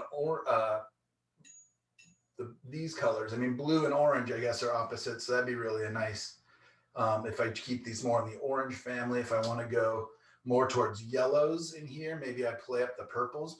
And do I even want it super high contrast within colors, or do I want them to be a little more neutralized because it's already so exciting? There's already so much movement.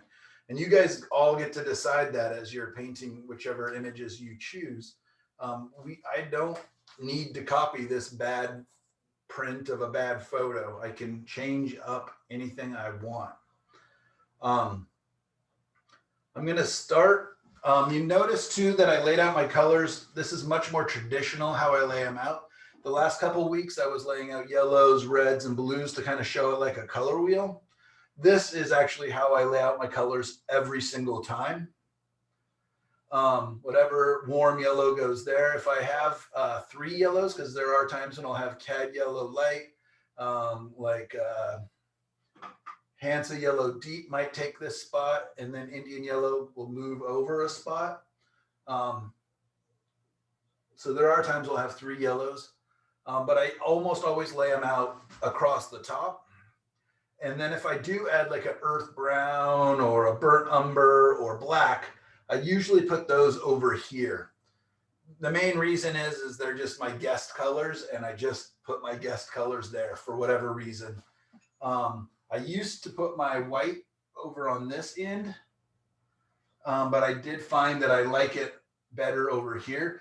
It's, imagine that you're laying out your keyboard on your computer and it's not, you know, pre-laid out, and you got to select where the colors go, the keys go, or you would want them in the same place each time you went down to type. You don't want to be hunting and looking all over your palette. I see so many beginning painters that literally just squeeze out colors all over the palette. For one, they're not leaving themselves a mixing area.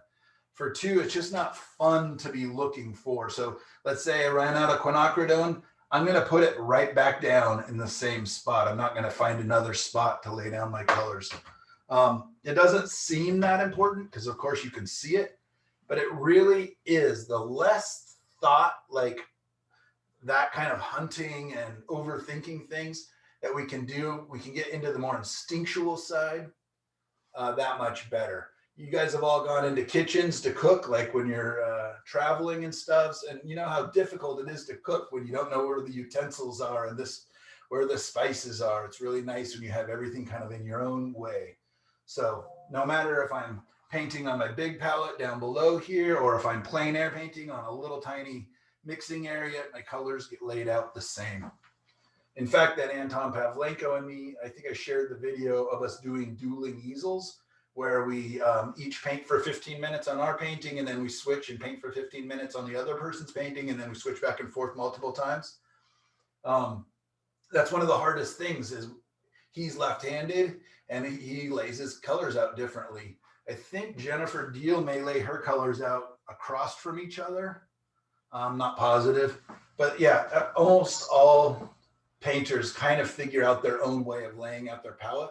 This is the way I've been doing it for probably 10 years now. So when I go to dip in and, you know, oh, I just need a little more of this, I'm almost not even looking up to the color. I'm just bringing it over.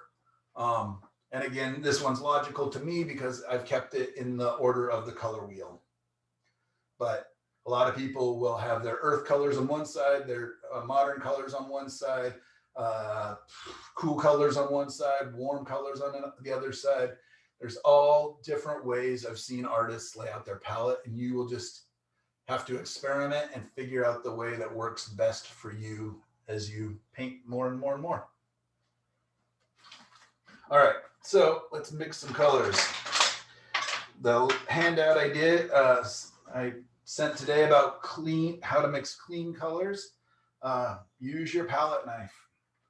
It just makes wiping off the color so much easier. It's so much easier to wipe and clean a palette knife completely than it is your brush. There are always going to be a little bit of residuals. So if you're mixing with your colors or your brush all the time, you're going to get much more polluted colors. If you're having a hard time mixing pure secondaries and color, you know, the colors you really want, it's probably because your paint thinner is a little bit dirty and your brush is contaminating everything. Also, when I'm dragging into the colors, I try to drag from the edge. I notice a lot of beginners will reach right into the middle. And if you have paint on your palette knife or your brush, it's going to contaminate. I want to keep as much of those colors as pure as possible. I want to mix them purposely. All right, so I'm going to kind of think up my big blue area. That's my biggest area, and kind of work my colors down a little bit. So Michael, do you basically, oh, you don't. I was going to say wipe your palette knife each time you dip into a color, because I find when mixing, I'll do the blue and then I pick up the white. Next thing you know, my white is Yeah, I definitely should. And if I'm going to go to white, you know, if I don't, I get that blue across there. I don't know if you can see it on there. Yeah. It definitely does contaminate. So I should, you know, if I'm dipping over, I should definitely get a clean palette knife. And that's why I prefer, especially when I'm doing my mother colors, these big piles at the beginning. I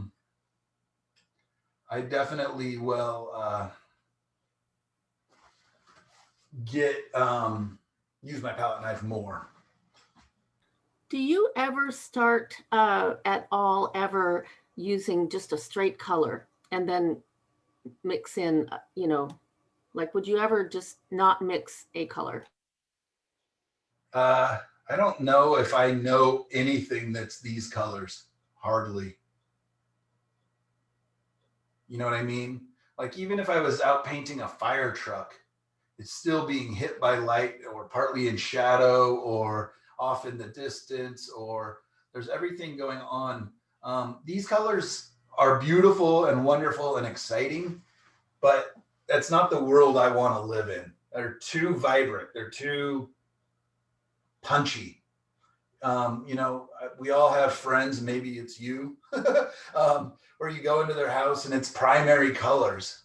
And that's fantastic. And, you know, God bless them for, you know, being able to live in that environment. But for me, I like subdued colors. So I'm constantly looking for that. You can see I added both blues, some white and a bit of my manganese blue. So I'm getting kind of towards a purple. My sky is going to go from orange to yellow to white to light blue up to, you know, getting darker in blue towards a more purple blue as it goes towards the top, more of a dark color. This yellow, this purple is really quite vibrant. It's beautiful.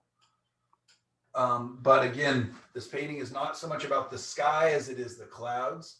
So I'm probably going to want to subdue that. But before I do, I'm going to bring in kind of a gradation, and I'm actually going to let it get a little bluer. Michael, you were saying the colors you were going to use was orange for the sky, orange, yellow, and then it goes up Here at to, the horizon line, sorry. yeah. So yeah, that where the sun is showing through down at the bottom is Got it. quite orange, and then it gets still pretty orange yellow. Then white starts adding into that. It kind of leads towards a light green. The green morphs in towards a light blue and gets bluer up towards, you know, the more manganese-y colors, and then towards a darker French ultramarine or purples at the top. Okay, like a cobalt maybe. Cobalt's a beautiful, wonderful color. Yeah, if you're using cobalt is the color I get generally when I mix these two. It's a very nice, if you're only going to use one blue, you may want to consider cobalt. It's a beautiful in-between blue. It's, I don't know why it's not used by more people. I personally don't even think I own cobalt blue. And I never know why. Nope, I do. Yeah, I found that cerulean was more muted. It was kind of darker. So for like a beautiful bright sky, cobalt may be better. Yeah, there's kind of the cobalt. Yeah, cobalt's great. I just never ever use it. Okay. It's a beautiful color. And that may be one I want to experiment with when I go back to, you know, using one blue versus the teal. But It just seems like, I'm sorry, more of a neutral blue. what's that? It just seems like more of a neutral blue. Yeah, I would say that's true. So I'm using, if I was to put cobalt blue between these, it would literally live right here in between them because it's not as purple and it's not as green. It kind of exists right in the middle. What I found, it's going to take me a lot, is I can make a very close to cobalt with my two colors. It's taking a lot of color. Might use too much French ultramarine, so it's so much stronger. There we go. Quite close. I don't know if you can.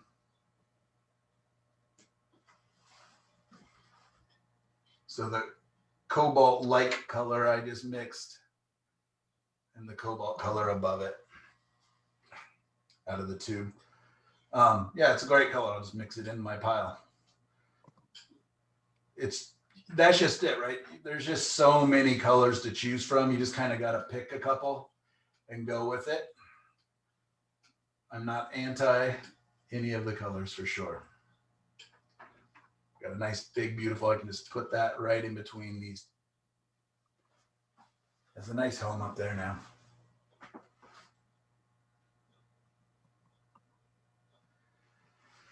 All right, so I've got my kind of purpley color to start with. You can decide, do I want it even a little darker? Do I want it a little whatever? But I'm gonna go ahead and keep mixing down. So I'm gonna actually use some of this color that I just added, add a little white to it. Let it go towards manganese just a touch more.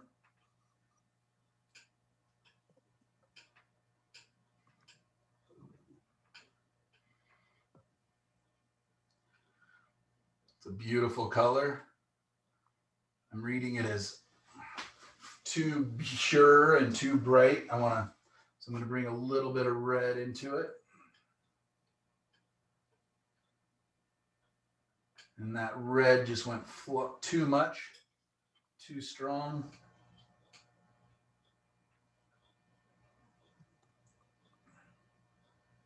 So I'm going to pull half of it aside.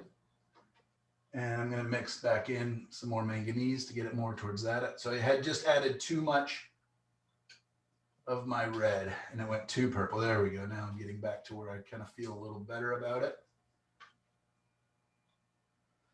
Now I'm going to even add more because it's going down towards slightly greener as it goes down on the horizon line. Let's see what happens. Oh, there we go. Quite vibrant, quite beautiful.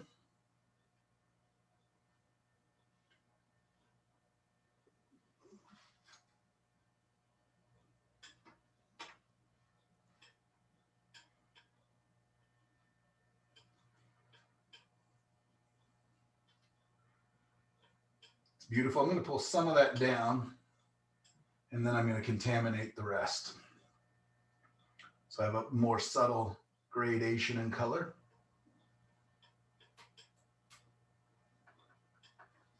Clean my brush, add more white.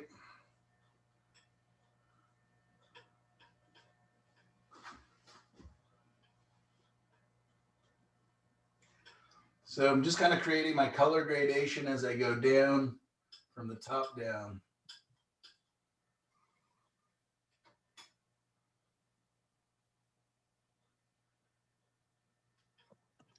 If you decided you wanted to gray those a little bit, make them just a tiny bit duller, would you add yellow?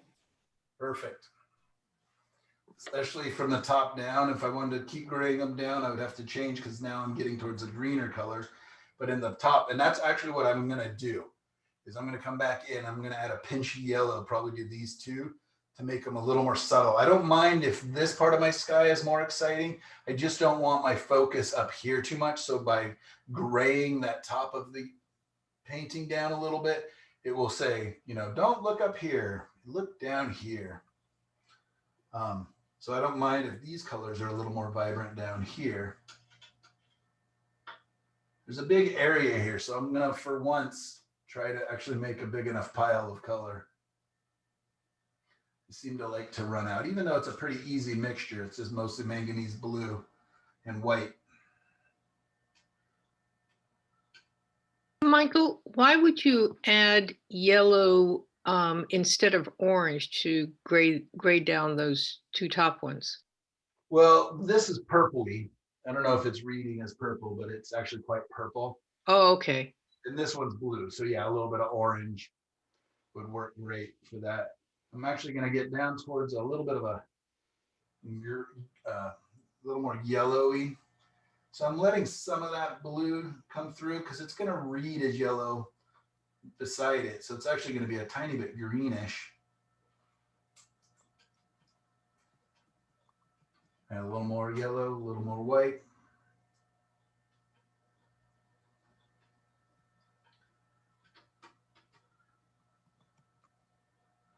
Running out of palette. You can add a little bit of Indian yellow to that as well. So it's going to start warming up as it gets down there. And let's bring in a little bit of red, a little bit of yellow. Hmm.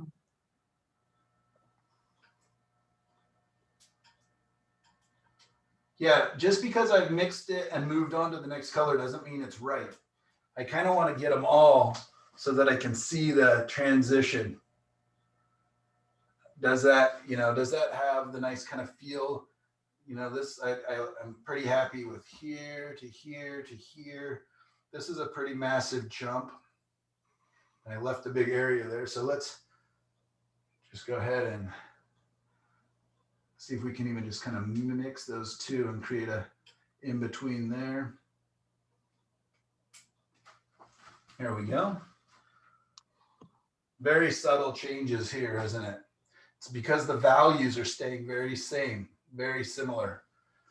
If I took a black and white, these would almost all three be the same value, but it is a slight color and temperature shift. It's getting cooler, it's kind of a green, a bluer green to blue, light blue, up to this kind of intermediate, kind of purpley blue on up. Okay, like I said, this color up here is beautiful. Trying to see where you can see it. It's kind of a dark purple. It's just too exciting. Contaminated, because I didn't wipe my brush. So I'm going to simply just take a little bit of yellow and knock that in there. And that'll just kind of gray it down a little bit.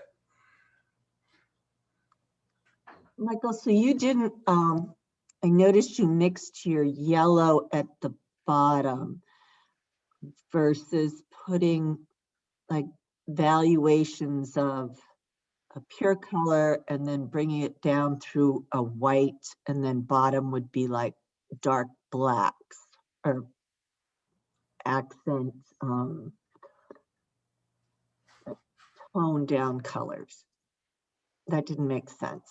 No, I'm sorry, lost me a little bit. Yeah,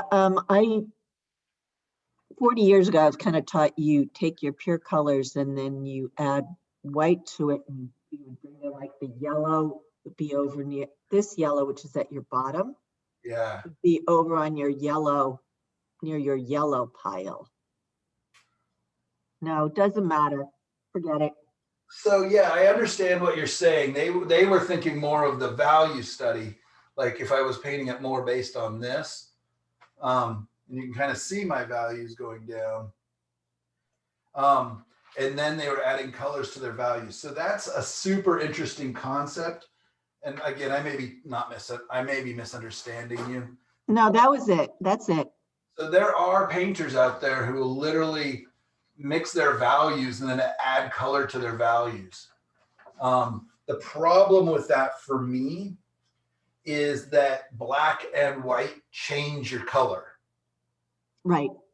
A chromatic black, again, when I went out and painted with the CMYK, I used the chromatic black, and I was doing that to a degree. And it's an interesting concept to do, and it may work for some people, but for me, I'm chasing color and value kind of at the same time. And that just kind of helps me to see it and ask better questions of it as I'm mixing my way down. Excellent explanation. Thank you. So yeah, I mean, and I could have put this up here saying, oh, you know what, that's the sky. I just kind of went down. And again, I like to think of this as bending the color. These are all related, believe it or not. I mean, this is really a big jump here. And that I'll just have to see if that works, or, what do I need to do in this big jump? But that's my sky. And it's also going to, have some of these colors reflecting into the surf and the water a little bit, probably a little grayed down comparatively. And, they're not done. I can decide if I want to change these up a little bit. I'm going to mix a cool orange.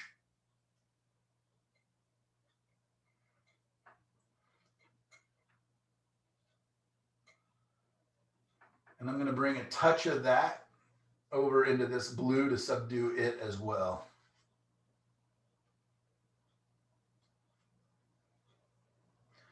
So I'm mixing across the color wheel.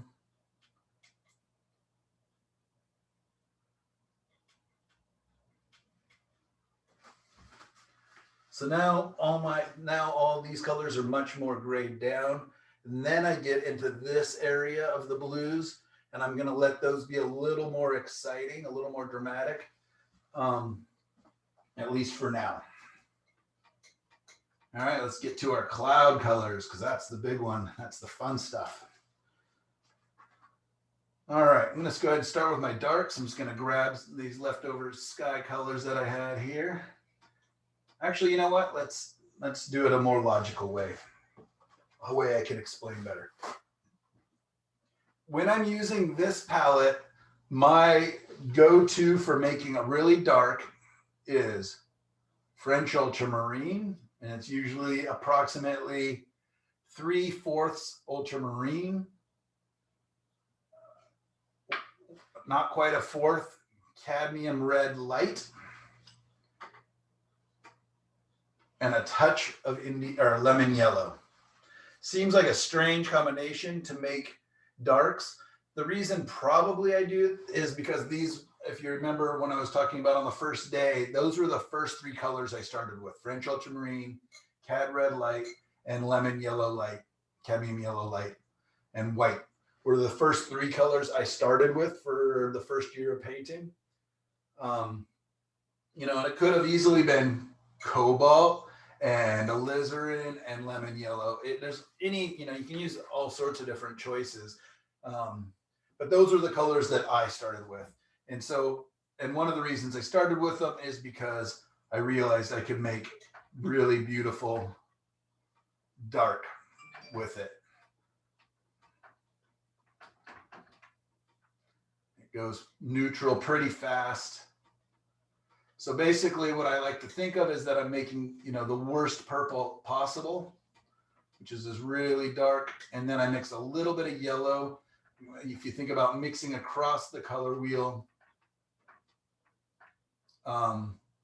just contaminating my red up there. So get a clean palette knife, making the worst purple possible. And then I mix across the color wheel from my horrible purple to the yellow, and that just neutralizes it. Does that make sense? So then I should end up with a fairly, if I add a little white to it, a fairly neutral gray. You can see that this neutral is still very blue, so I can actually add a little more red and a little more yellow if I want to make sure I get to neutral. It's hard for me to see the really dark colors, what way they're leaning. I added quite a lot of red there. The red is stronger than my blue. So let's test that one. There we go. Definitely getting a nice neutral gray. So I've got a very neutral black up there.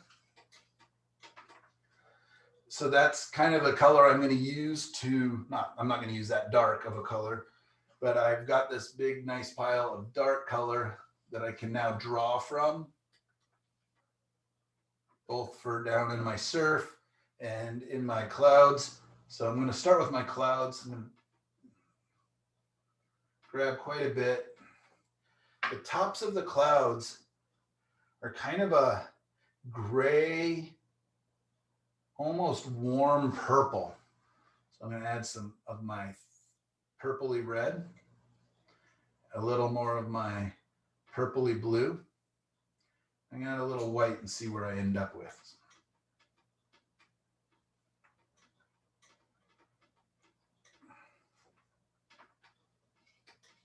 So I've got a dark, sort of warm purple going on. Not a very big pile of color, so I should probably make more. It's going to get a little cooler as it comes down. So I'll add more blue into it. And again, I'm trying to figure out how dark do I want my darks to be in the clouds. I'm also going to compare them to the sky colors over here because they're probably a little darker, at least in the mid area, the clouds are, than the sky here. Up here, the darks and the clouds are actually lighter than the sky.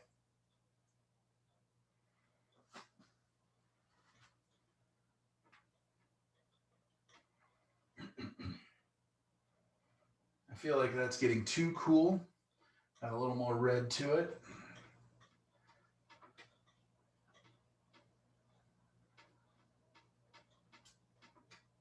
As they go down, they get even strangely darker. There must be just more dense down there. But again, I don't want them black like they're showing in my photo. That's just too heavy for me. Some of you may be able to get away with it. I just don't trust myself. Added too much white. They got too light, I believe.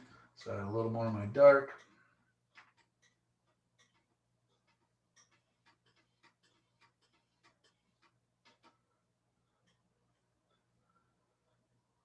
Nice. I'll probably be remixing these colors. I don't know why I'm being so stingy in my mixing because I got a lot of color up here. So I do want to keep my darks fairly thin and let my lights be more exciting and dramatic. So let's get into the lights in those clouds. I can choose, right? They can be red, they can be pink, they can be peach, they can be orange, they can be yellow. What color do I want this area kind of to be? Because that's kind of going to be my mother color, and then I can cool it down or warm it up, add more yellow as I move around the surface here. I do kind of see that as, I personally see it as kind of peach, but again, that's my favorite color in painting. So I kind of see everything that I can possibly see as peach. You guys maybe lean towards pinks or oranges or whatever else. So I guess my first thing is, well, it's kind of more pink, but it's warm. Let's try making a warm pink. Let's see if I add my hot red, that's my Cadmium Red Light, and my hot yellow, which is my Indian yellow. That cadmium is so strong compared to my Indian yellow that it just eats it up. You can't see it hardly in the mixture at all. But once I add white, that white will kind of activate that Indian yellow. It will cool it down, right? White's cooling down the color a little bit, and that's okay because I don't want super, super, super, it's not fire in the sky. It's, much more cool and light, but it's just much warmer than the colors around it. The blues and grays and purples. All right, so I've got a very nice kind of a soft orange color, and I've got a lot of it. That's not the color I personally see or like, so I'm going to set it aside a little bit so I can play with it and doctor it up. I'm going to add a cool red into that, which takes it, as you would expect, a little bit cooler, a little more neutral. It's also, I'm going to add more white, wipe my brush, wipe my palette knife. Let's see, while I'm doing this, I'm just going to go ahead and clean up my white. You can see how contaminated that is by not mixing, so I'm just going to throw that in there.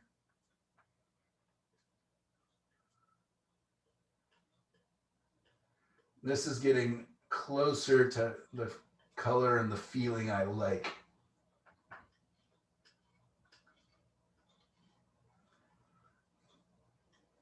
And I will be, gradating this a lot as in different areas, where it's getting more light under the clouds versus less light up above. So let's kind of work our way down a little bit. The color is much cooler from the top down, these lights, these pinks in the clouds, much cooler, much less strong. So add a little more my cool, more white. I'm also going to slam in some of the blue. So you're saying the top is cooler and less like saturated paint? Yes, up towards the very top of the scene.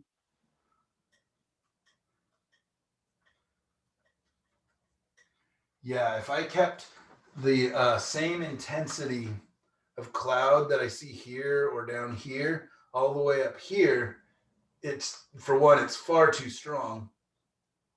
Sorry about the glare on the surface. It will take the viewer's eye out, and it'll add a lot of focus and attention up here. I want you to see some clouds in there, but not really so much that it draws your attention and pulls you out of the scene. Right, because the peach cloud is your center of interest. Exactly right.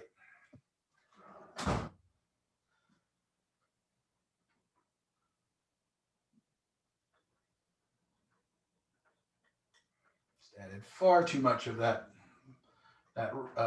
Quinacridone Red into it, which is unfortunate because it's such a beautiful color that I just made, but it has no purpose on this painting that I can see. Maybe I can use it as a in-between color, not in its purity, but maybe.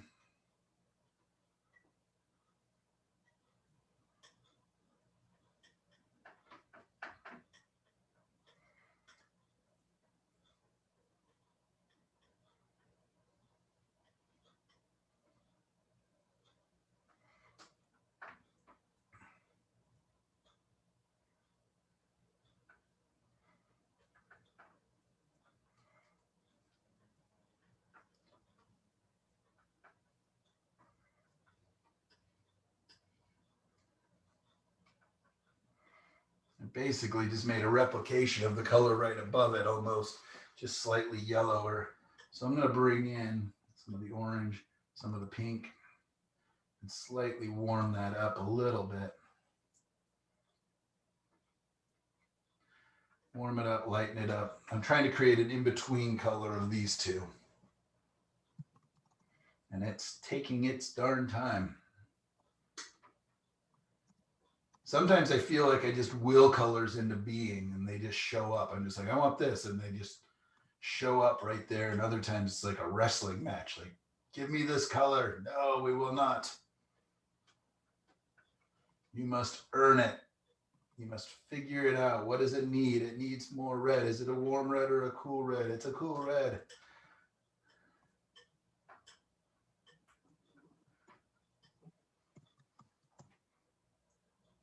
Is that too brown? Possibly. Let's take this down and see where our color goes first and see if they're playing nicely together.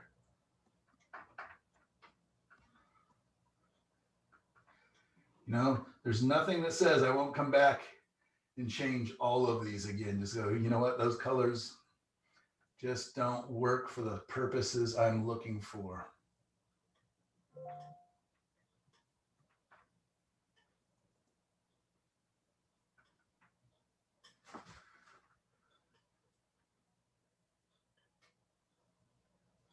Very fleshy, old-fashioned flesh tone color, what they used to call flesh tone.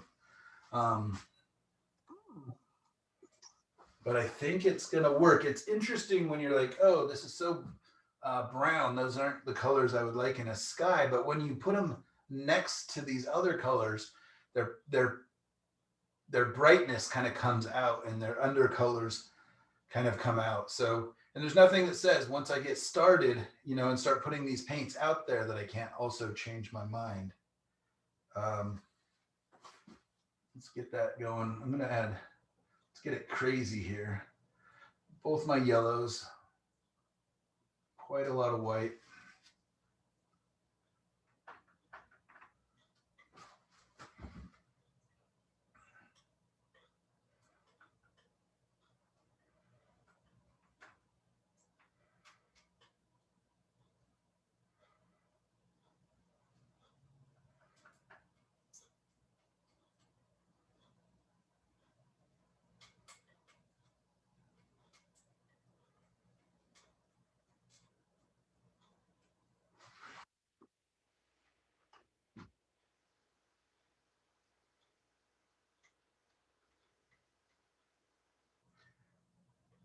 I'm whitening it, but as I whiten it, it gets cold. So oops, it's got a little bit of blue on there. I do not want that into this mixture, so I'm just going to get that off and make sure I dip into a clean part of my white.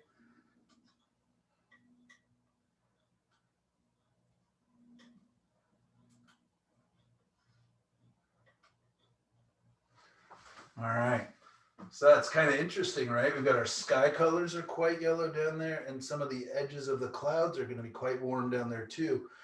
It's almost just a purity thing. These are more kind of a orangey light yellow, and this is more of a greeny orangey light yellow. So we'll see how they play next to each other as I get up there. I'm reading this is quite purple now. We'll see. I think that might need is just more, a little more white.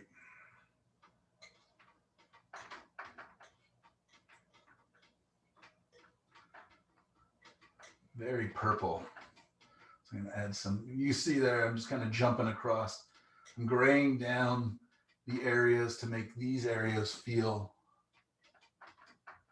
more special, warmer, higher chroma.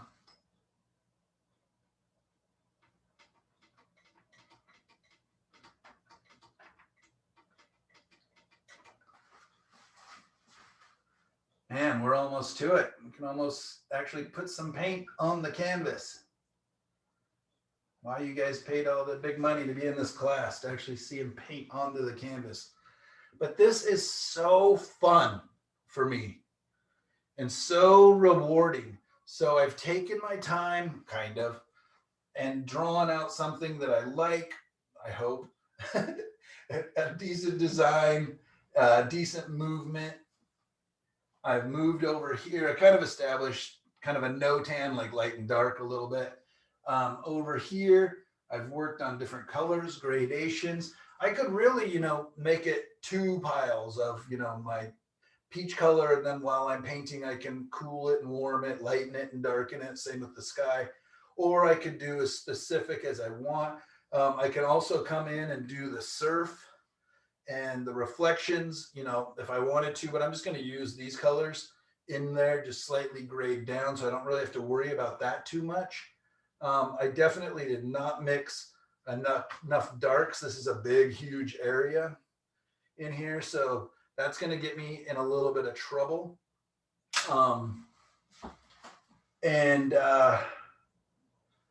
So anyways, let's take another 5-minute break, you guys. I can't, maybe you guys are all gone already and you don't need a break. Take a 5-minute break. Just let me catch my breath, get a drink, and then I'm going to splash this painting for the next 45 minutes and get it good started so that we're off to the races for next week. So show you, anybody have any questions right now? Cool. All right, 5 minutes.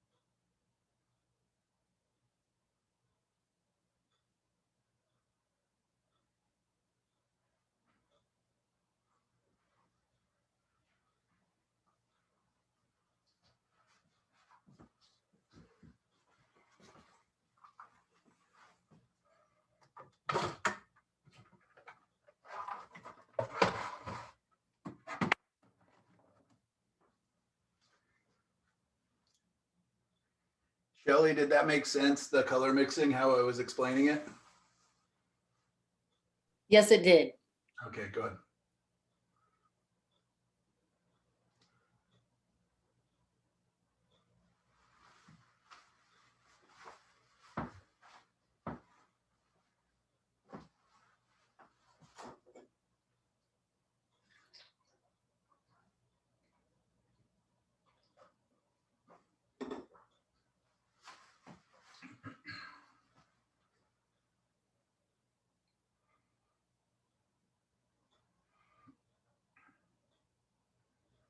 I did a pastel class with Amanda Houston. She says you guys are dueling artists sometimes too.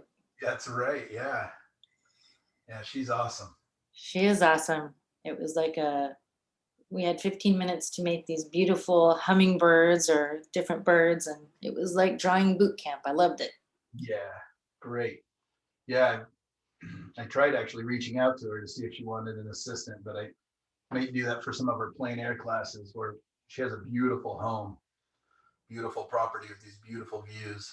I've seen her studio. Oh, it's to die for. Yeah. What's it like to paint in a mansion?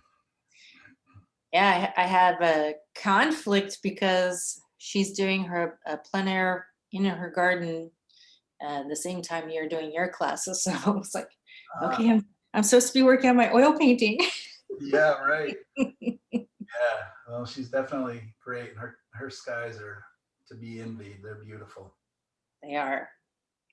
Yeah, it's fun being a good friend with her. She calls me for advice quite a bit and call her for advice, especially when it comes to marketing and getting myself out there more.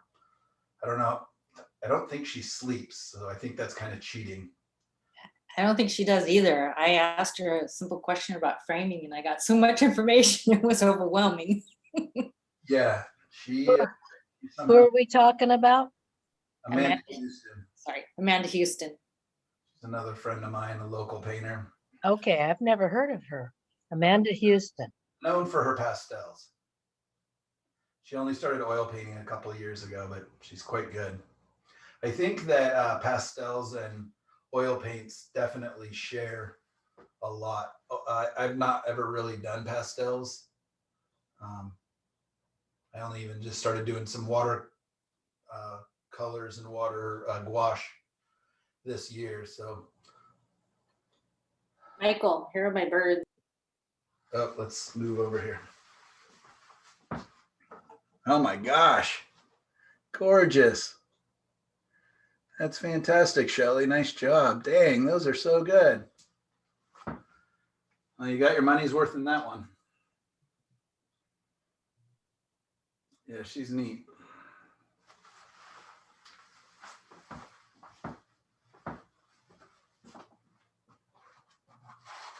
Yes, it's interesting because you all are having to learn how to do Zoom classes, and I think that was the first or second one she's done. So yeah, the lights that I bought, I actually saw at her house first.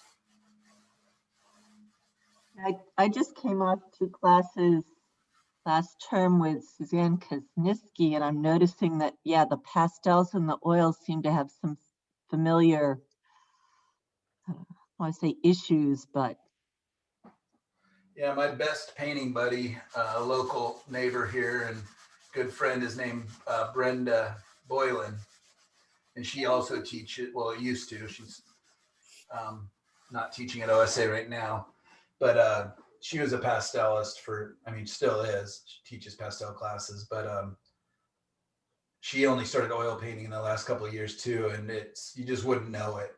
I think they really do lend themselves to each other. The thing with pastels is you can, reach in and draw from your 48, 200 pack of colors and just get the color that you exactly need. But there is some, and I'm sure you learned about that, Shelley, about layering and getting the colors to do, different things. I don't know, I shouldn't say because I don't ever really do pastels, but it seems to me. I'm just kind of giving this a little bit of a wipe down to get any of the extra paint. You can see it's really quite dry. It's smudging a little bit, and that's great. That's fine. But yeah, that drawing is on there. Those bright, bright, bright, crazy pinks are on there. But I kind of think some of that might be nice if it kind of glimmers through in little areas there. We'll see. Everybody's back, I hope. I'm going to go ahead and start. So how do I approach my paintings? That is another one of the questions that we'll be getting to, I saw, is do I paint from the back, which would be the sky, forward? Do I paint dark to light? The truth is I generally start dark to light and big to small. I used to kind of paint more from the background coming forward, but I found that anytime I do things like that, I'm going to zoom out a little more so you can get the top of the painting. Anytime I do stuff like that, I'm not really thinking about color, shapes, and values as much as I want to. I'm thinking about things. Okay, now I'm painting the sky. Now I'm painting the clouds. Now I'm painting the water, you know, on up and on up and on up. I really challenge myself. And again, this is just for me. A lot of the challenges I set for myself are just so I don't become complacent or I don't fall back into old habits of thinking things. I literally, when my daughter was little, used to quiz her, you know, what do we paint? We paint value, shapes, and colors. What don't we paint? We don't paint things. So I, you know, challenge myself to not start painting things. It's just we paint values, shapes, and colors. They appear as things to the viewer if we put them in correctly. Okay, so the job of turning our shapes, values, and colors into things is the viewer's job. Our job is to put the right colors, the right values, and the right shapes in the right places. Okay. For any of you that want to learn the shortcut to painting mentally, it's that. Our job is to put the right shapes, the right colors, and the right values in the right places. That is it. That's painting. If you can do those 4 things, right shapes, right values, right colors, well, and then correct edges, in the right places, you're done. You've mastered painting. Congratulations. But the thing is that we never get there. There's always more to learn, always more to play with, always more to experiment with. So I'm going to start with my biggest shapes and my darkest shapes. So I've got the big darks within the clouds, and then I'm going to come from my sky down. Okay. So my big shapes and my clouds, I'm going to add a touch of paint thinner into these colors.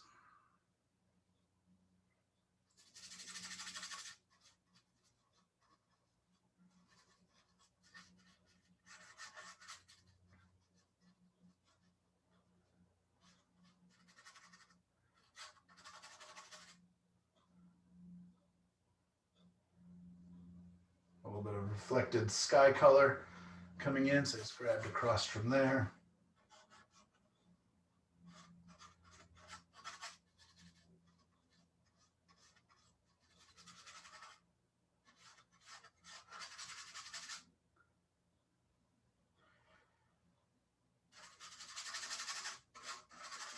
My darks, I generally keep thinner, just so they're not as reflective as the thicker paint, because I don't want shiny darks. So by keeping them thinner, both by adding a touch of paint thinner and by just kind of pushing them around a little farther. I've got a new brush here, so I want to make sure I don't use it too much for scrubbing. So if I have areas I'm going to scrub, I want to make sure I pick up an old brush. That's the noise. There we go. You're a big beauty. And a lot of times I will just try to cover a big area quite quickly. I'm going to be able to come in and mold this and reshape it a little better as I build up my paint. But right now, I'm again just kind of sticking with my values. It's appearing quite purple over there. And add a little bit of yellow to that to neutralize some of those purples. And I knew I hadn't mixed enough darks, so that's going to come back to bite me.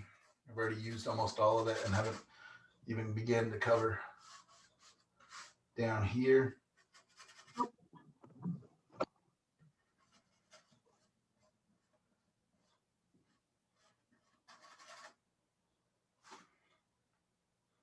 Some of that red is showing through, which I'm going to allow to happen for now. I can cover it more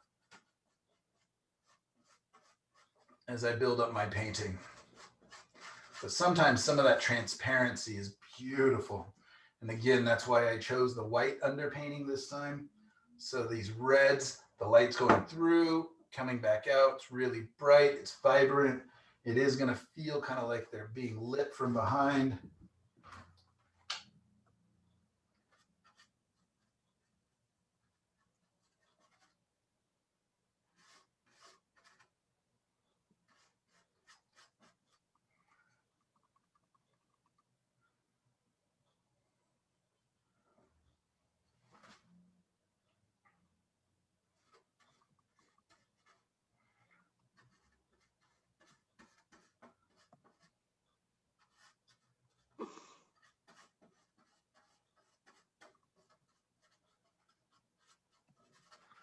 You guys are welcome to ask any questions as I'm kind of moving forward on this. Why are you doing that? What are you doing now? Not what I would do, whatever you have.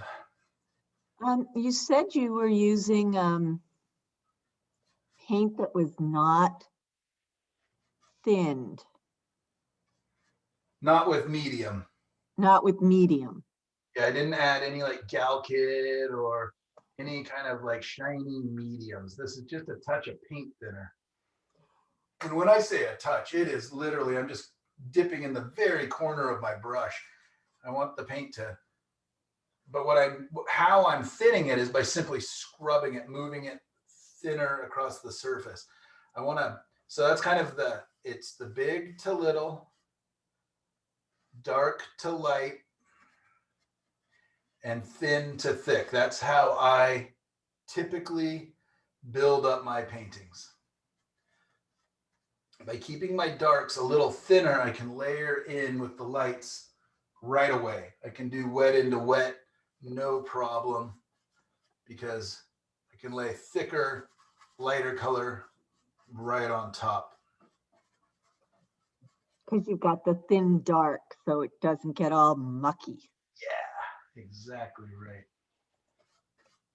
There's nothing worse, right, than when you're trying to put a nice highlight on top of something and you just can't do it. So I'm also using quite a bit of pressure on the brush right now.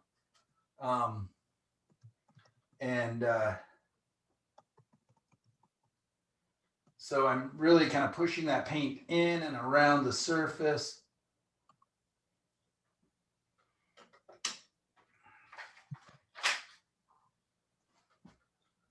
Let's see if I can do this.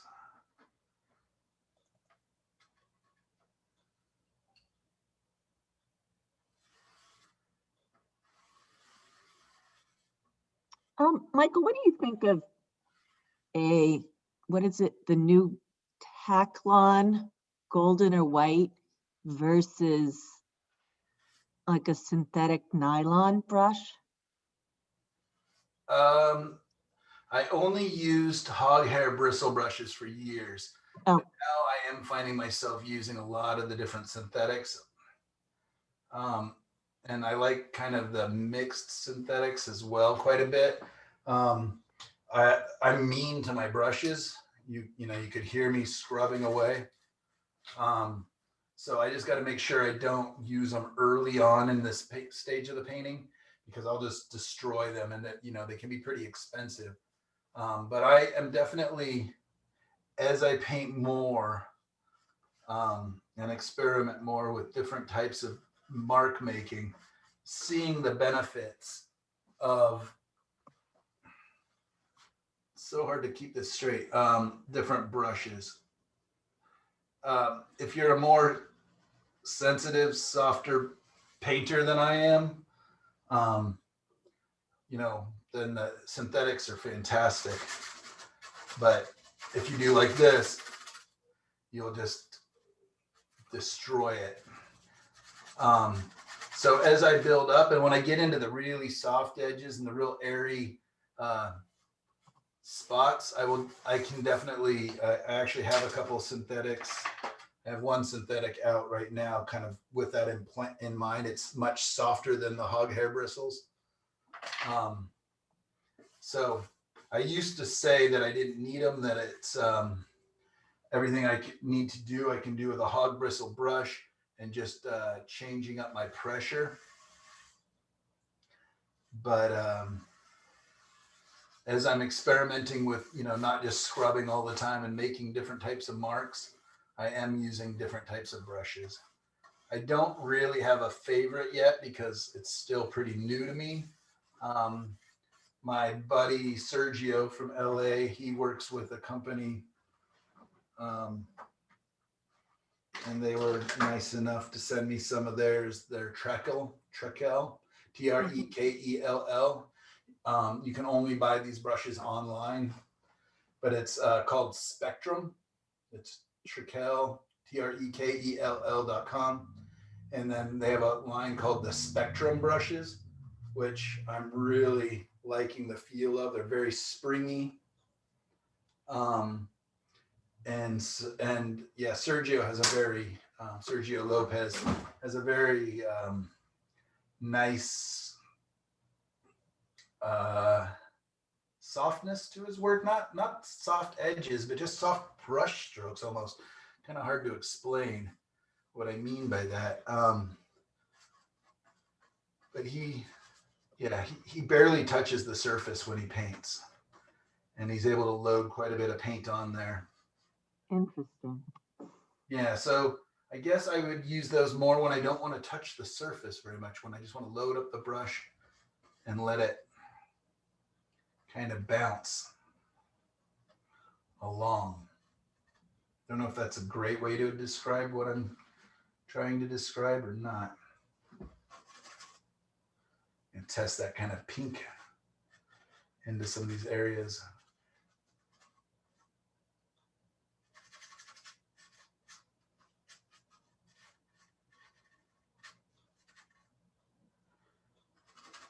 Just kind of seeing what happens when I mix these colors. They kind of do some interesting things. So we'll have to see if they're playing nicely, or if I maybe do need to add more pink into that gradation. That might work better.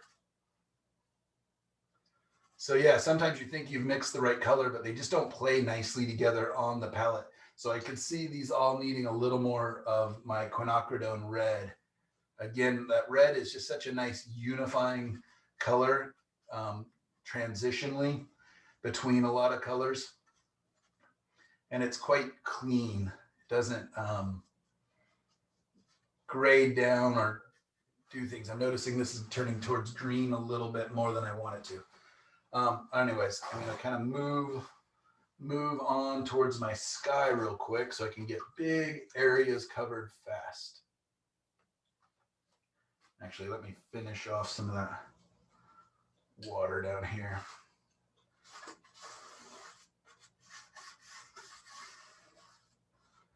So yeah, you're all gonna find that how you paint is just different. You know, some people are mean to their brushes. Some people are so gentle and nice and controlled when they paint. I'm just kind of scrubbing in big areas, and I'm not that nice.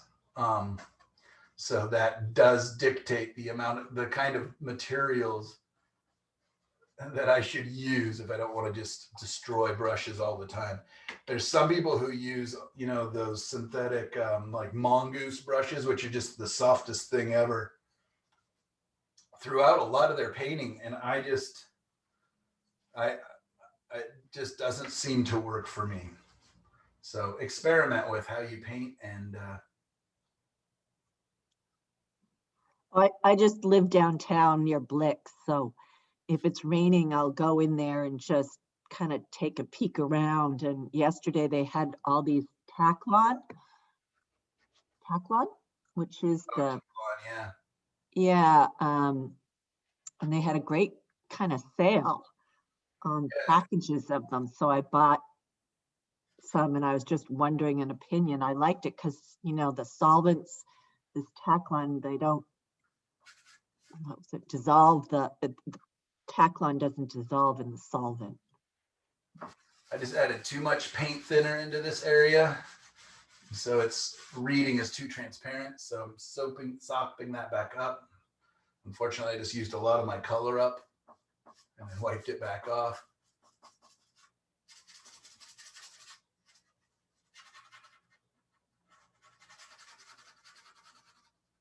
Michael, I'm getting car sick watching your shoulder and the Okay. going back and forth with yeah. Wonder if I just scoot this back a little bit, maybe, so it's not so right on my shoulder. Yeah, that's a little better. It's not going out of focus as much. Nope, still is. Yeah, that's the part I have not figured out about filming is, especially when I've got a bigger surface and far away, how to not kind of get in the way. It feels too weird to just paint from completely the side of it. If you angle the camera over to the right a little, it won't be as straight on for us, but it should work better. Okay.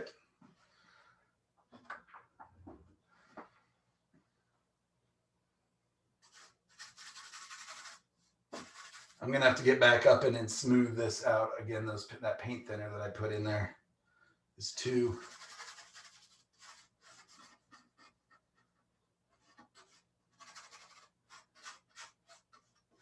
I can also simply by coming through with a softer brush, I can smooth out some of that texture in there. This is actually a Teflon house painting brush. And if I just simply take that lightly, I can get rid of a lot of those brush marks if I want to.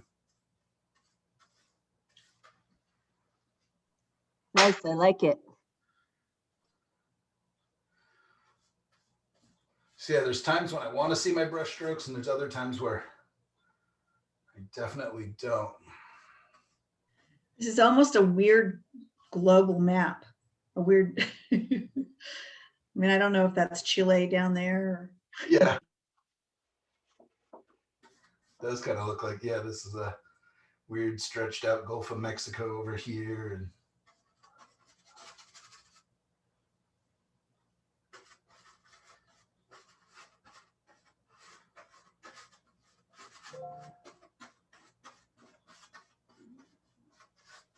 That would be a really interesting concept to make a map as a sky painting. it really would.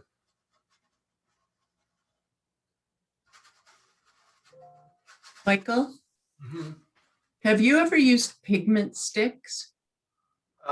Yes, I own some. I won some in a competition, but I never quite figured out what to do with them. Besides, I use them in abstracts from time to time. My daughter likes them a lot.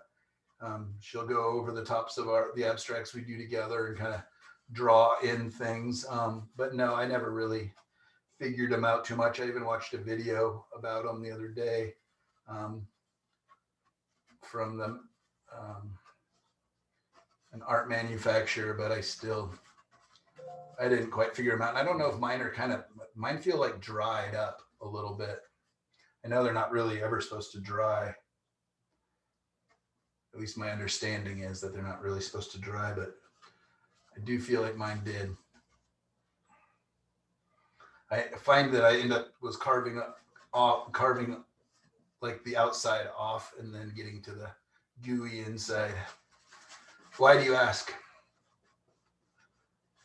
Have you ever used them? Well, I just wondered if it would, if you were painting in plein air, when you're sketching in, if it would be helpful to like block in your values with those. And You know what I mean? Just as, so you're not mixing all the color or maybe conserving brushes a little bit, that kind of thing.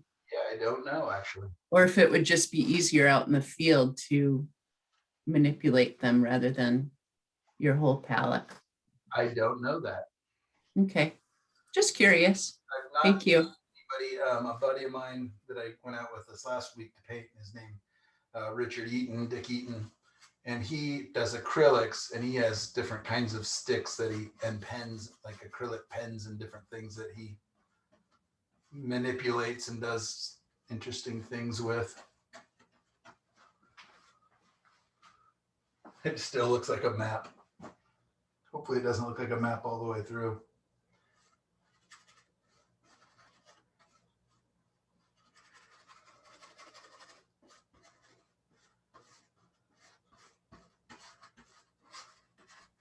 You would think these sticks would have to dry eventually, because how are you going to hang something in your house and be afraid somebody's going to rub up against it? I think you can add a little bit of paint thinner to them. I don't know. I mean, they probably have different types. Isn't that the same? I think they do, you know, especially once you put them down, they're, you know, much thinner than in the big thick tube. Man, this Isn't color that is so the vibrant. same thing? I'm sorry. Go ahead. I was just wondering, with oil pastels, I think it's the same thing, that they don't ever entirely dry. Right. Yeah, so that might not be good for an underpainting. Well, once you hit them with paint thinner, I think they kind of mix and do dry. Oh, okay.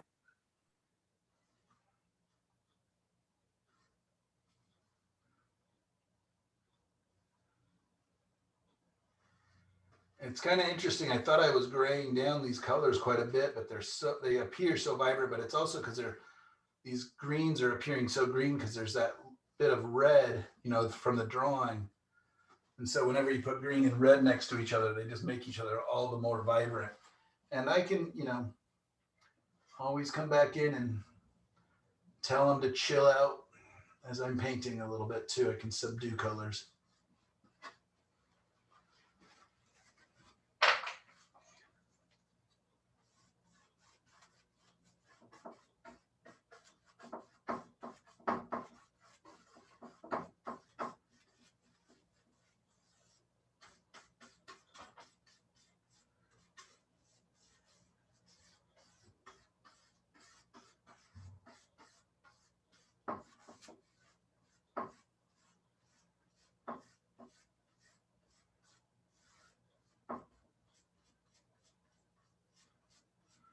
This guy's probably going to take a couple coats, at least towards the top.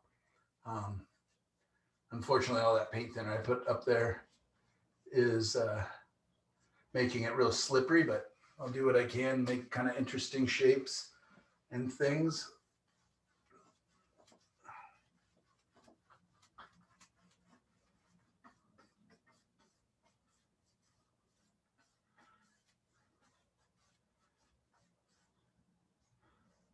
Even my nice soft Teflon brush here is leaving on a lot of brush marks. So I can just decide if that's okay or if I need to come back in, and it's easy enough just to add some more paint. Couldn't you just wipe it all off and start over again? Yep, totally.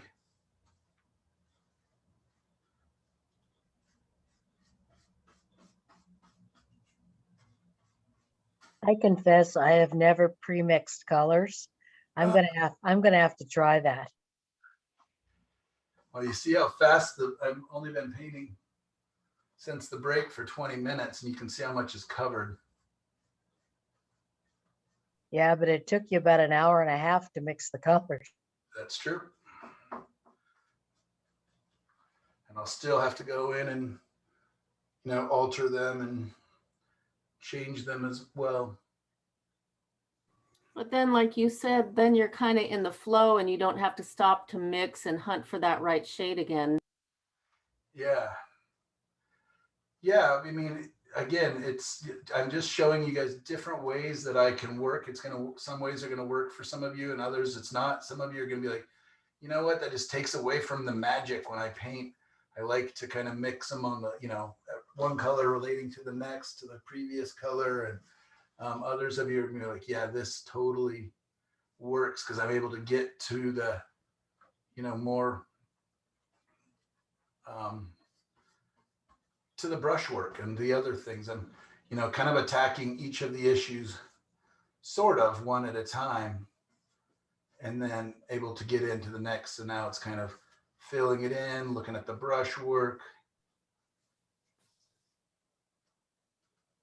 Well, personally, for me, pre-mixing the colors and having them all laid out helps me bring those colors throughout the painting as I'm going along.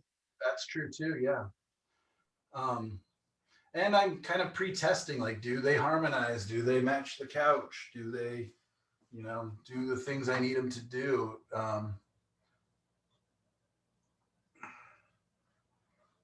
Do they play together nicely?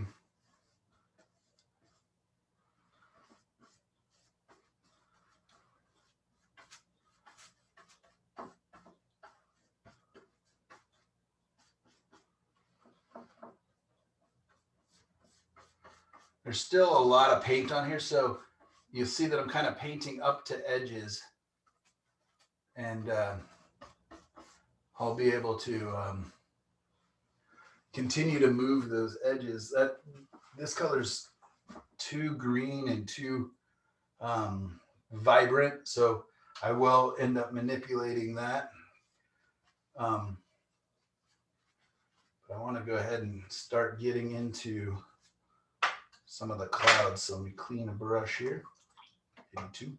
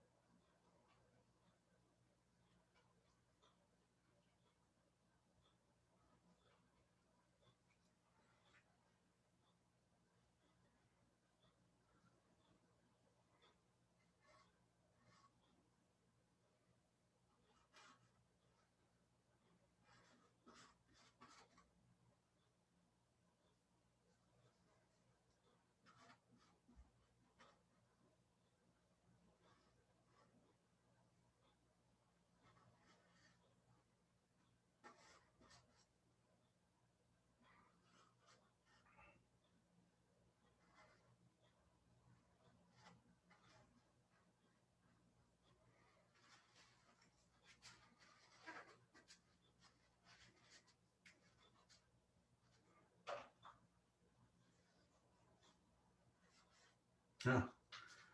Contaminated brush.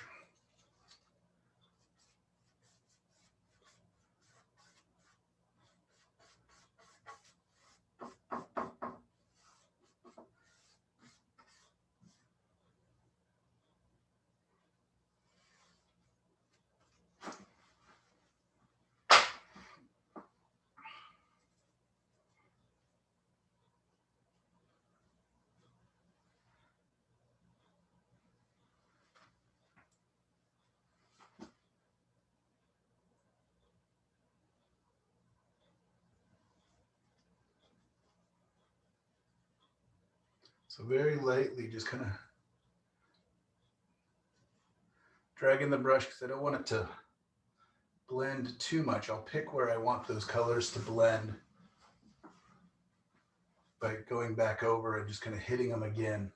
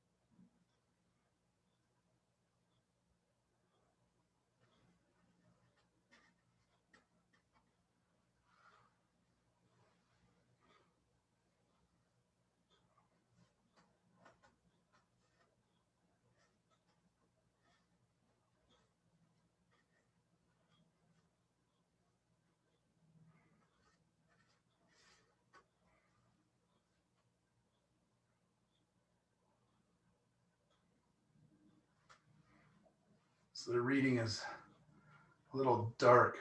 So I'm gonna want these clouds should be lighter than the background.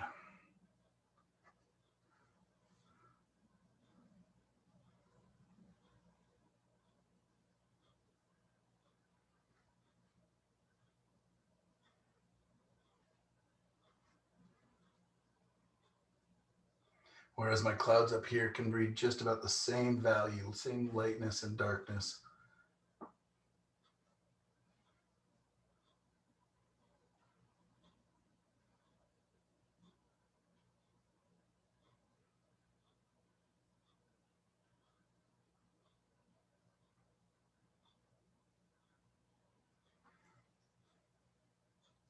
See, I got a lot of paint on that brush, so I'm going to be able to move this around all over the place.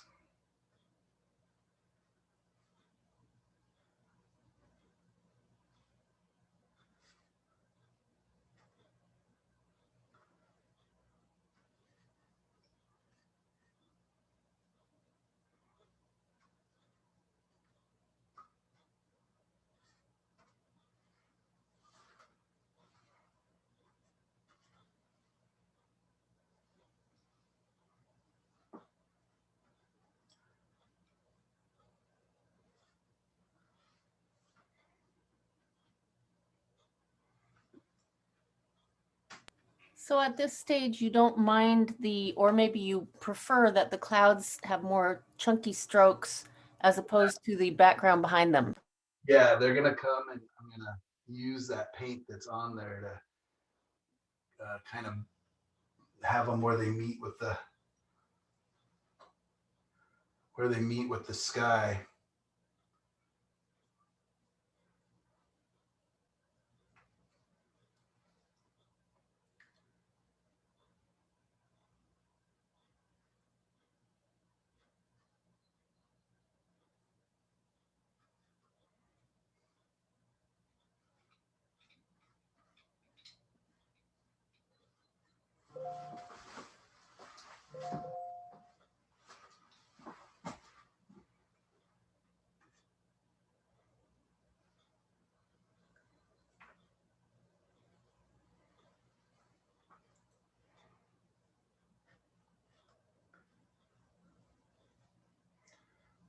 So yeah, I won't get all the way down into here just from time. So what I will do is kind of get this paint onto these clouds up here, and then I'll show you how I can kind of use the almost sculptural method by having quite a lot of light paint on there and definitely less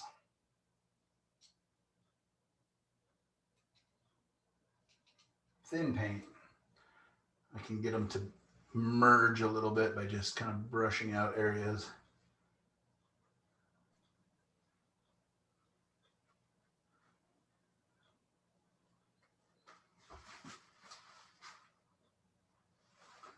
Yeah, the colors are quite vibrant, so we'll see.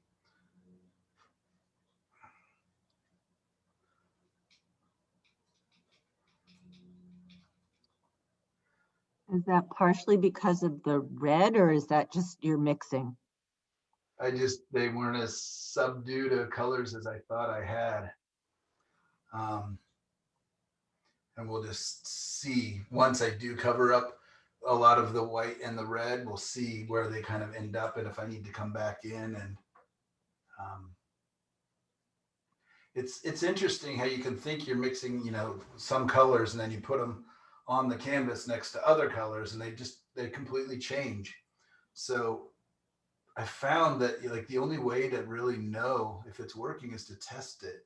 There's no formula I've ever found where I can just mix all my colors and make sure that they're going to work out, how I want them. Because again, every color, if I put, this pink down here, this pink here, and this pink here, it just has a completely different appearance in every spot.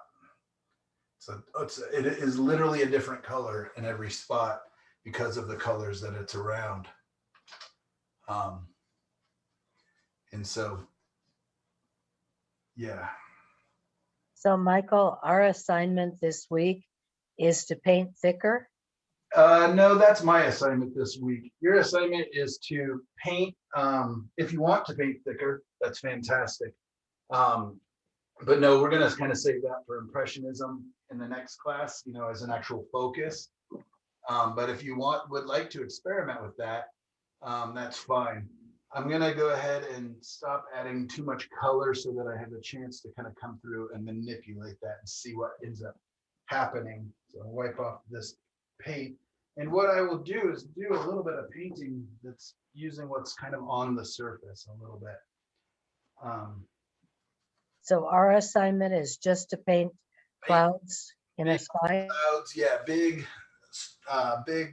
clouds with warms and cools, and then we're going to kind of work into the grade, you know, the transitions a little bit.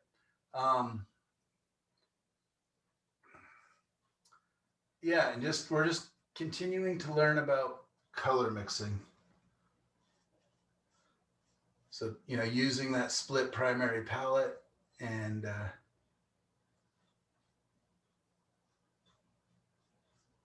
Michael, can you comment on the pressure you're using right now? Because Sure. you're not getting mud. Yeah, it's very little pressure, so that the paint's not really mixing, it's optically kind of mixing. This area, I'm gonna have to wipe back off.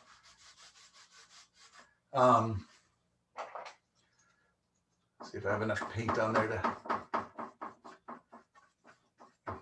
Now I'm getting some mud from that little brush stroke that I left on there.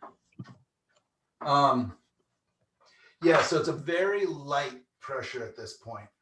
So right here, I'm going to make these edges meet up with the sky.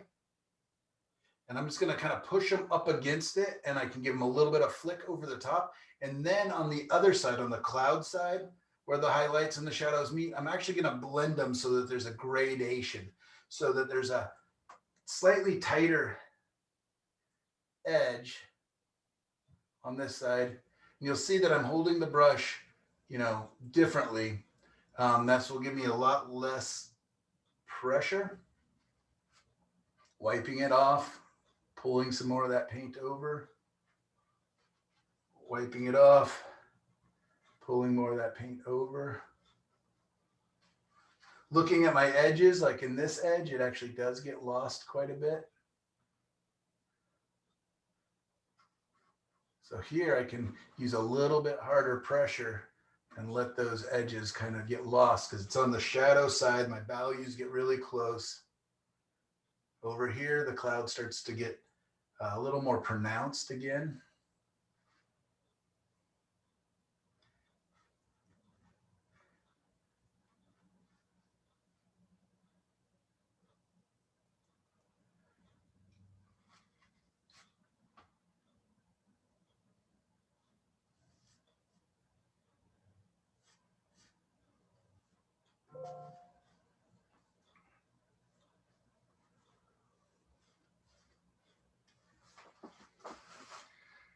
These clouds up here again are almost the same value as the background. And when I come back in and paint the background back in again, I'm going to definitely gray it down. It's just too blue. It's not letting the warms be as special as I want. And I'll be able to allow some of this blue to show through on that next coat. And I think it'll be really nice. Yeah, so next week, I guess I'll just save these colors and come back to this. Does that sound like a good plan? Or should I just kind of keep painting and then do something else next week? Do you guys want 2 weeks to work on clouds? Yes. Okay. How will you save that palette? Do you will you just kind of cover the whole thing and use a different palette for your other paintings? I'll go down into our garage and find some old Tupperware and put these in there. I don't need to save these colors specifically because I always have them out. But the colors that I want, and maybe I don't even hardly want them because I'm not sure, but because I want to gray these all down and change. But anyways, what I'll do is scrape these up into nice little piles and put them in a Tupperware and put the Tupperware in the freezer. If you Oh. don't have room in your freezer, a little container with clove oil really helps it not to dry out. Ah, I was going to say, Clove well, oil. planning dinner. You can also put them in a Tupperware and fill the Tupperware with water. Just cover them with water. So what I do is I make a little sponge. This is Stacy, by the way. I have a little cutout sponge and I drop like 10 drops of clove oil on that. And then I put the sponge on top of my palette. And then I slide my palette into one of my freezer, trays. And it stays indefinitely. So I wonder why. I don't know. I think I just like the smell of clove. I don't even know if it actually works. I think it's the freezing. I think it's the freezing that works. I don't have room on my freezer shelf, so I just use the clove oil and let it sit out at room temperature and it's fine. Oh, really? Well, that's nice because I keep getting a little bit of a sprinkle of frost, because I have a little frosting problem in mine. Maybe I'll try that. There you go. Yeah, I have a little container with a lid that when I'm not using it, I put the lid on and then I put the container back in. And it can go a week and I have no problem. There you go. That's great. Yeah. We're all learning. I'm learning from you guys. So you can kind of see there's more of a gradation on my cloud side and more of an edge on the cloud versus sky edge. I'm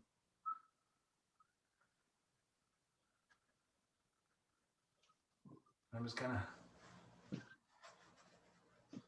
can take the dark into the light, or I can bring the light into the dark. And this is kind of where I see the more sculptural side to it. I'll bring, let's pick up a little more dark on my brush.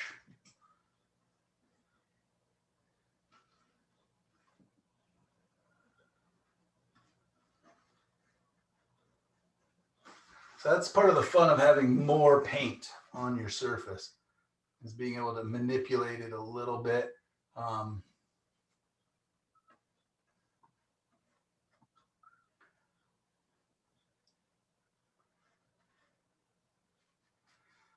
Let me jump across to these other clouds over here, the star of the show, and move those guys around a little bit, and then I will sit down and answer some questions.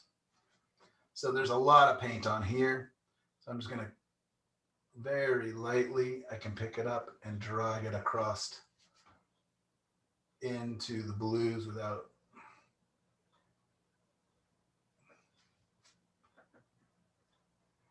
But I'm remembering the dance that I talked about, right? So I'm actually able to let my hands, the brush strokes, kind of pick some of that up.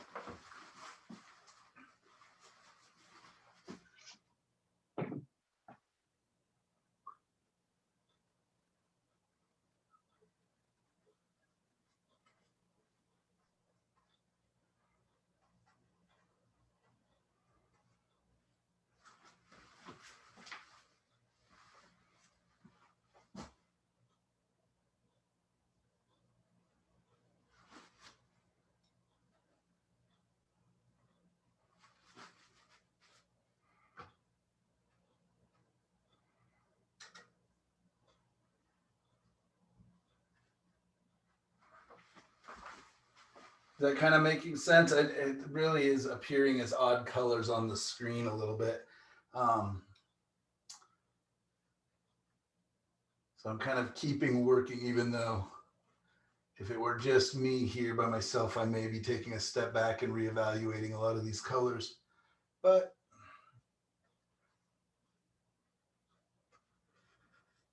we'll have fun. Worst comes to worst, I have to glaze into it.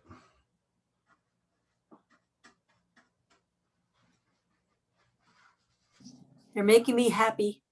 Oh, good. Watching my little dancy brush strokes. So I kind of push down, pull up, let it, got to remember though that, a little bit's a good thing. A lot of it probably isn't mean it's, better. So I'll probably have to come back in and get rid of some of my flourishes here. What I hear the other day, somebody saying, would you prefer a cake with all frosting or, a cake with some frosting? And if it's all flourishes all the time, it's too sweet and too not delicious. So you got to figure out what's the right amount. And a lot of times I'll overdo it and then come back and knock areas down.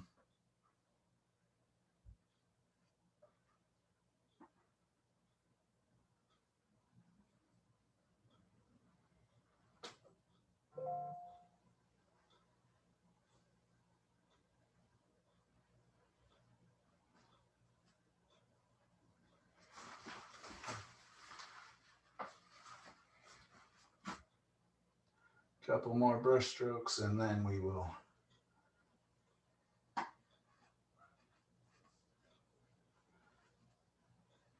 take a little break. Yeah, so class is over for those of you who have had enough today. I will stay behind and do my best to try to answer some questions. It will be recorded if you need to take a break and want to come back to it. But if you have some questions or would like to hear or add your own thoughts and ideas, please hang out for a little bit longer. Thank you, Michael. We will keep going. All right, let me zoom out. Let's see if it looks a little better from far away. A little bit, but yeah, this is getting, there's a lot. I still got a lot to do, but I feel like I'm off, to a good, fun beginning. And I'm excited to keep moving forward with it. If I have areas that I have too much paint, like it just got too thick, I can just simply take my palette knife and pull off a little bit and simply do that. If edges and like little peaks and stuff bother you, little palette knife across, you can even let it dry a little bit and then just knock off the peaks with a palette knife. All right, I'm gonna move over to the computer and see what we can do with some of your awesome questions. Michael, this is Kim, and I have an appointment I have to get to, so I'm asking if I can jump the line. Yes. Thank you. My apologies, classmates. I posted a painting in progress based on the design class. You and I talked. I'm just starting to get my mojo back, I think. I would really love to hear your thoughts and suggestions. Sure. I'm figuring out how to take myself off of being the main person here. Are you guys seeing each other at all, or are you just seeing me? Well, I hit gallery view, so I'm seeing everyone now. Okey-doke. Gallery view, speaker view. And what do we have? About, all right, got about 8 of us left here. I'm gonna jump over to the Facebook page. And I am sorry, go ahead and please repeat your question about what you wanted to talk about. Was it your actual painting? Yeah, if you can take a look at it and give me your thoughts and suggestions. It's not finished, but I'm feeling insecure about it. Feeling insecure.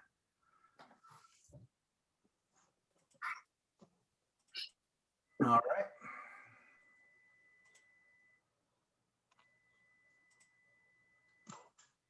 You guys are all seeing it, and this is the one, Kim? It is. I think it's beautiful. Yeah, it's got a lot of nice things going on for sure. Great I like the design text, it's movement. beautiful. Yeah. Yeah, really nice design, movement.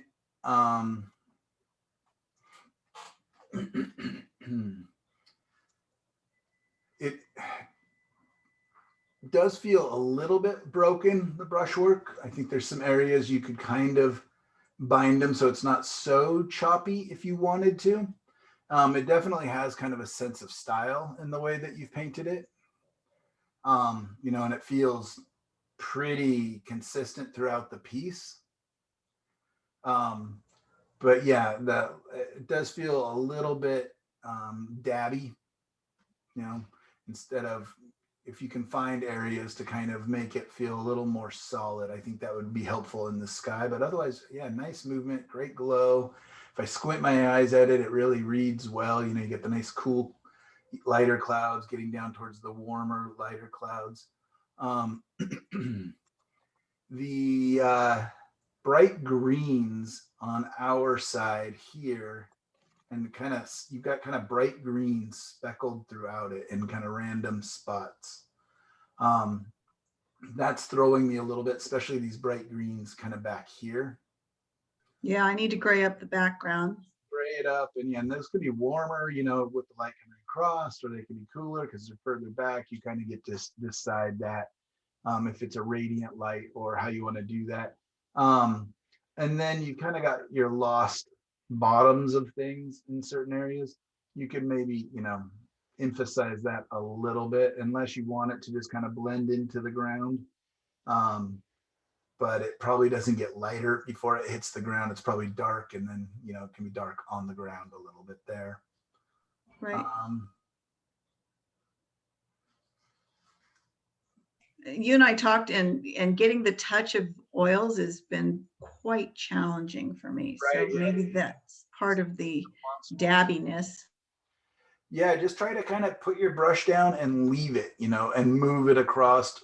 And then also, you know, remember I said that a brush stroke has a beginning, middle, and end. Paying attention to that a little bit as, you know, as you pick up. It's not just a straight up, it can be a, you know, gradual lifting off if you want it to kind of soften your brush strokes a little bit. Yeah, and that will just take a little bit of time. And it's something, you know, even like in today's painting, I'll have to go back in and fix, you know, the brushwork in certain areas that I'm not really liking it as much. So yeah, I mean, it really does feel nice. I think the bright greens, and then maybe getting rid of the dabbiness in certain areas. And that can be simply just going over it one more time with a couple value, you know, color values will really do that. You have kind of one reflection, I guess, coming into the water here, but not really here. I know this tree's closer. That doesn't bother me much, but a little bit. And these 4 fingers here kind of looks like a monster's foot. Ah, thank you. Okay. So just bind, you know, make Yeah. one of them bigger. Don't just make point, point, point. Gotcha. All your ends are kind of points. Just kind of change those up a little bit. Okay. And then you can probably bring some blue into this a little bit.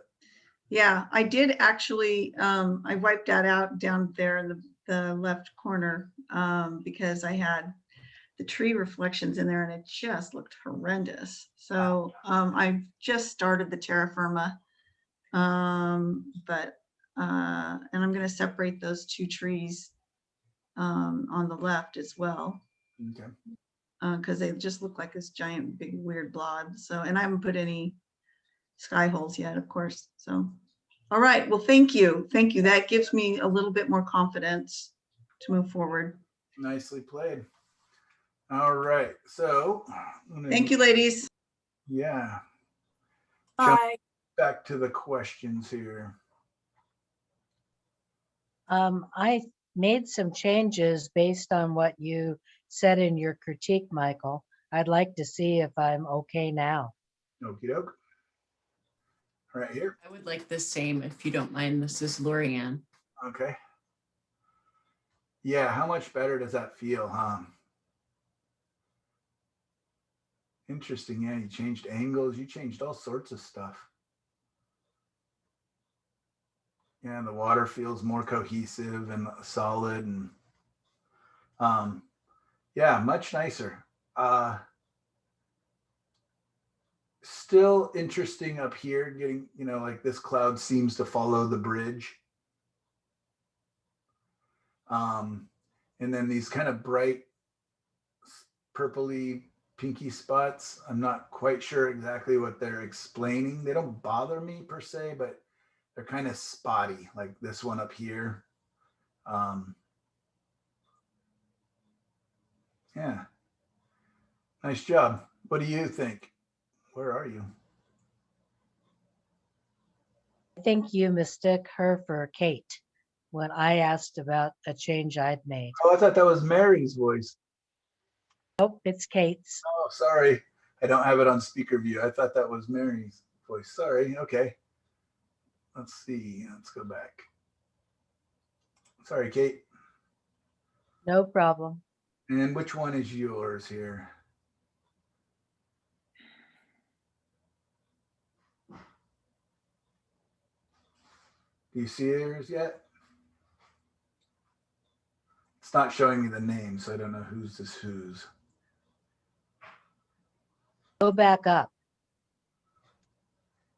Okay. That's the one that's on your pointer right there. That's yours? Aha. Yeah, and I think, yeah, I messaged on this one. So this is the original version. And then you have a new version of it. Ah, here we go. All right. Yeah, yours had such a nice feeling to it. Really nice touch. And then I see you added a little more light around things, kind of bringing it in. Here's a quick thing for you. And this is something that's really common is, are you seeing a reflection or a shadow? Okay. You mean at the base of the tree, I'm seeing a shadow. In the water, I'm seeing a reflection. Okay, so shadow here. And then these are reflections? Yes. Okay, so typically reflections will come straight down underneath the object towards the viewer. Okay. Yeah, because this one at that angle makes me feel like it's a shadow, right? Like it's kind of leaning away, kind of along the lines of the shadow. So that's just something for future reference. Is generally shadows, of course, will go, like if the sun was here, the shadow would go away from it. And then reflections generally you'll see coming straight down towards the viewer. Okay. Not like towards, like aiming towards it, just straight down. Yeah, my light source is just to the left of that tree, right in there. Nice way to make that much more obvious and then cohesive throughout. Because see these grasses, that feels like shadow. Okay. This feels like reflection because you're showing us detail of the tree, which you said it was reflection. But yeah, Okay. come down. If you have shadows in water, how do you differentiate those from reflections in water? The shadows are just the darkening of the object that it's laying upon. Okay. So, yeah, unless the object is transparent, like let's say you've got some birthday balloons and the light's shining through it, then the shadows can pick up a little color. But if it's an opaque object, it's just a darker, just like your grasses here, it's a darkening of the object that it's on. So the same thing happens in water. You're just gonna have a darkening of that surface area of water. So that's gonna be a fun thing for you to start noticing when you are out walking or driving. Well, hopefully not driving, but just start looking for reflections and shadows on water. That'll be a lot of fun. It's really interesting. Okay. And oh man, can it drive you crazy? Yeah, I'm actually working on a painting right now that's dealing with both of those things, and it's kind of mind-boggling, and it's tough. It can be tough having those two things at the same time. Yeah, but nice job. It does. It has a nice feel. Beautiful different brush strokes in your grasses. These warms could probably be a little bit lighter. I think if we took a black and white photo, it would go from dark to light back to dark again. Oh, okay. Warms are just a touch lighter. Everywhere else it's good. Just on the ends of these, it feels more like a cactus flower Okay. a little bit. Nice job. Okay. Thank Any other you. questions real quick on that? All right. So yeah, my goal was to get to the actual written questions, but I can answer, one more person if they have questions on their painting. We're good? Okay. Pop over. I do, Michael, just Oh, super Laura, sorry, fast. I'm totally, gosh. That's okay. I just want to know if I'm understanding how the distant colors and the foreground colors, the warmth and the coolness. The shores? No, that's Nope. No. yours. Okay, so go up a little bit. Up. This one. Stop right there and just to the right of where you're. This one here? Nope, up and to the right. And that's it. Yep. Yeah, I mean, it really reads as a sense of depth here to me. You got in the shadows. So that's what I generally will look towards when I'm looking for it. The first thing I'll look towards when I'm looking for depth is within the shadows. So my darker shadows will generally be closer and warmer, typically, again. But these are just a little bit of grass versus a big tree. So the big object will, create more darkness often. So this works fine for me up into this area. And then you were asking about back here, and typically, again, within the shadows or within the whole thing, you get kind of a bluer, cooler atmospheric perspective. And I really do think you've got that. I mean, none of these warm, hot reds are appearing back here. None of these warm, hot yellows are appearing back here. Everything's kind of going towards a more muted gray and purple feeling. Really nice. This, is, relatively still dark, but it can be, even far back. It's still much, much lighter than anything else in the darks up here. So it reads pretty well. You don't quite love your clouds. Puff, puff, puff. My husband said the same thing, and I actually brushed them out. He was like, those clouds really don't make sense. Yeah, they're kind of cartoony, I guess, or I don't know, just like cotton swab balls sitting up there. It looks better without them, definitely. Okay. Yeah, nicely done. I mean, it's got a nice sense of movement. You got enough of a rippling. You've got, each one of the trees has some character. Your grasses aren't overly described as grass. You can feel the light kind of, I guess it's coming from the right side, kind of hitting back here. Some stuff in shadows. The light's coming across here. This is in shadow and hitting this surface. So yeah, it really works pretty well. Thank you so much. I appreciate it. Thank you. Okay. All right. Next class can sign up. Color questions. All right. Let's see who we have on here still. Is Darla still on here? I think I answered that question though, a little bit about just the other colors, Indian yellow, regular yellow, any of those, yeah. All right, Jean, let's start with your number one.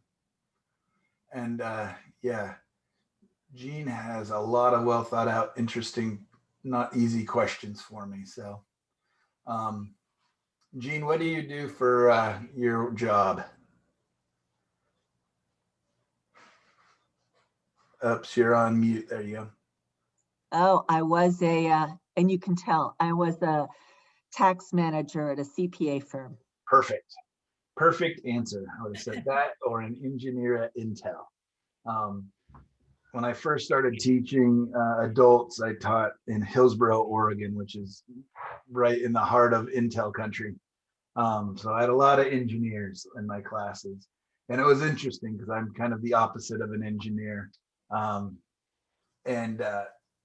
the amount of information that they could come to me with, and the fact that they don't just buy the art books to decorate their shelves, they actually read them. It's a beautiful and amazing thing. But in that, you've already seen what can happen, and everybody has a different point of view. Every teacher, if they're, have a big ego, thinks that they're the right way. I had an instructor once who literally started off his sentences with, if you would like to be a true artist, you must ... do whatever it was that he was doing, because evidently he's a true artist. And so it's interesting, I read art things all the time. I, sign up to a bunch of newsletters, I read lots of art books, I watch lots of videos, and it is interesting for me to watch and see how many different ways there are to approach all these issues and building up a painting and color and everything else. I used to take a lot of workshops and a lot of classes, and there were times where I would take, one class for a week from a tonalist painter, and then the next week from a complete impressionist colorist. And my brain would just explode because, such conflicting information. So I think that it's kind of important to take it all as suggestions, take it all as interesting information. Oh, yeah.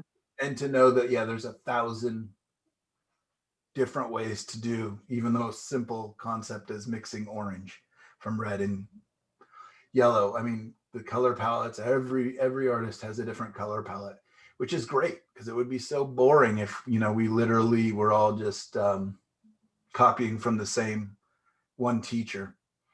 And it's fun to see how art evolves from one teacher to the next generation to the next generation. There's a whole, bunch of artists that came from the East Coast Impressionist school. And so now we're 2 to 3 generations removed from that. And it's so interesting to see the branches of it. It's like, forms of Christianity and all of its little iterations and different understandings and, different readings of things. But the cool thing is it works, right? For them. There's lots of ways to get to it. So I'm going to go ahead and just read this first question, and then let's have a little bit of a chat and see if I'm even on the same page as you. So over the past 3 months, I've been listening to videos and reading about oil and pastel techniques, but I've been confused about the terminology. Are these the correct term? I would disagree with the design principle definition from some artists. Okay, so design element, composition, value, color, light source, shape, brush marks. So that's design elements, because composition, I mean, the things that make up design. Design principles, how to organize elements, is harmony, unity, symmetry, and contrasting. Object, items within the paintings, tree, house, person, rock. Okay, so that's fine. So your question is about design principles? Yeah, I don't think that's, and again, I've read, because of course I'm stuck in here with COVID, like 25 books. Okay. And I get really frustrated going, okay, elements make sense, objects make sense, but principles, I think principles and elements are the same thing.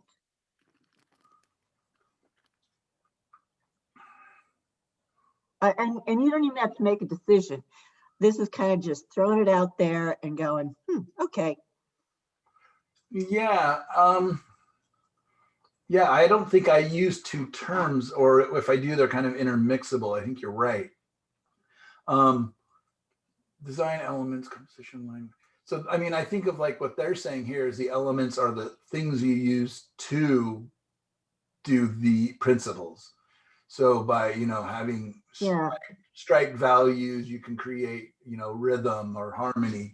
By having slight gradations in your values, you can create harmony, or, you know what I mean? Exactly. I agree. So yeah, I think how they're saying it possibly is that it's, yeah, one makes up kind of the other. Got it. Yeah. And yeah, I mean, I worry about terminology to some degree, but again, in my reading, I've even seen the use of warm and cool, kind of intermixed from artist to artist. Chalky is another term that gets thrown around in every art book and means different things. Like in some books, the value scale goes from 1 being black to 10 being white. In other ones, it's 10 is black, 1 is white. It just depends on if they're learning it from photography or, from art books. So, yeah. All right, Kathleen is not here. So maybe I'll just kind of write into that. Yeah, I think she's asking about introducing different colors throughout the painting, which can really hurt the harmony and make it difficult to keep a painting tied in together. All right, Jean, number 2. Are these accurate and basic summaries of the 2 perspective types? Atmospheric is based on aerial effects of color, wavelengths, and water vapor. Atmospheric is controlled by 1, color, temperature, saturation, 2, value, light source, 3, texture, brush strokes. I'm not sure about number 3. Yes, on number 1 and 2. Okay. That's how I think of, but texture, brush strokes. I mean, to a degree, like I do know, like if I'm painting for, my gallery in Cannon Beach, that if I paint a lot of horizontal brush strokes, that they'll actually catch the light just by how they even hang their lighting in there. And I can end up with dark areas that I don't want because of the shadows of the brush strokes. So I don't think that's exactly what you mean. No, But I yeah. think you mean, sorry, edges maybe more like edges.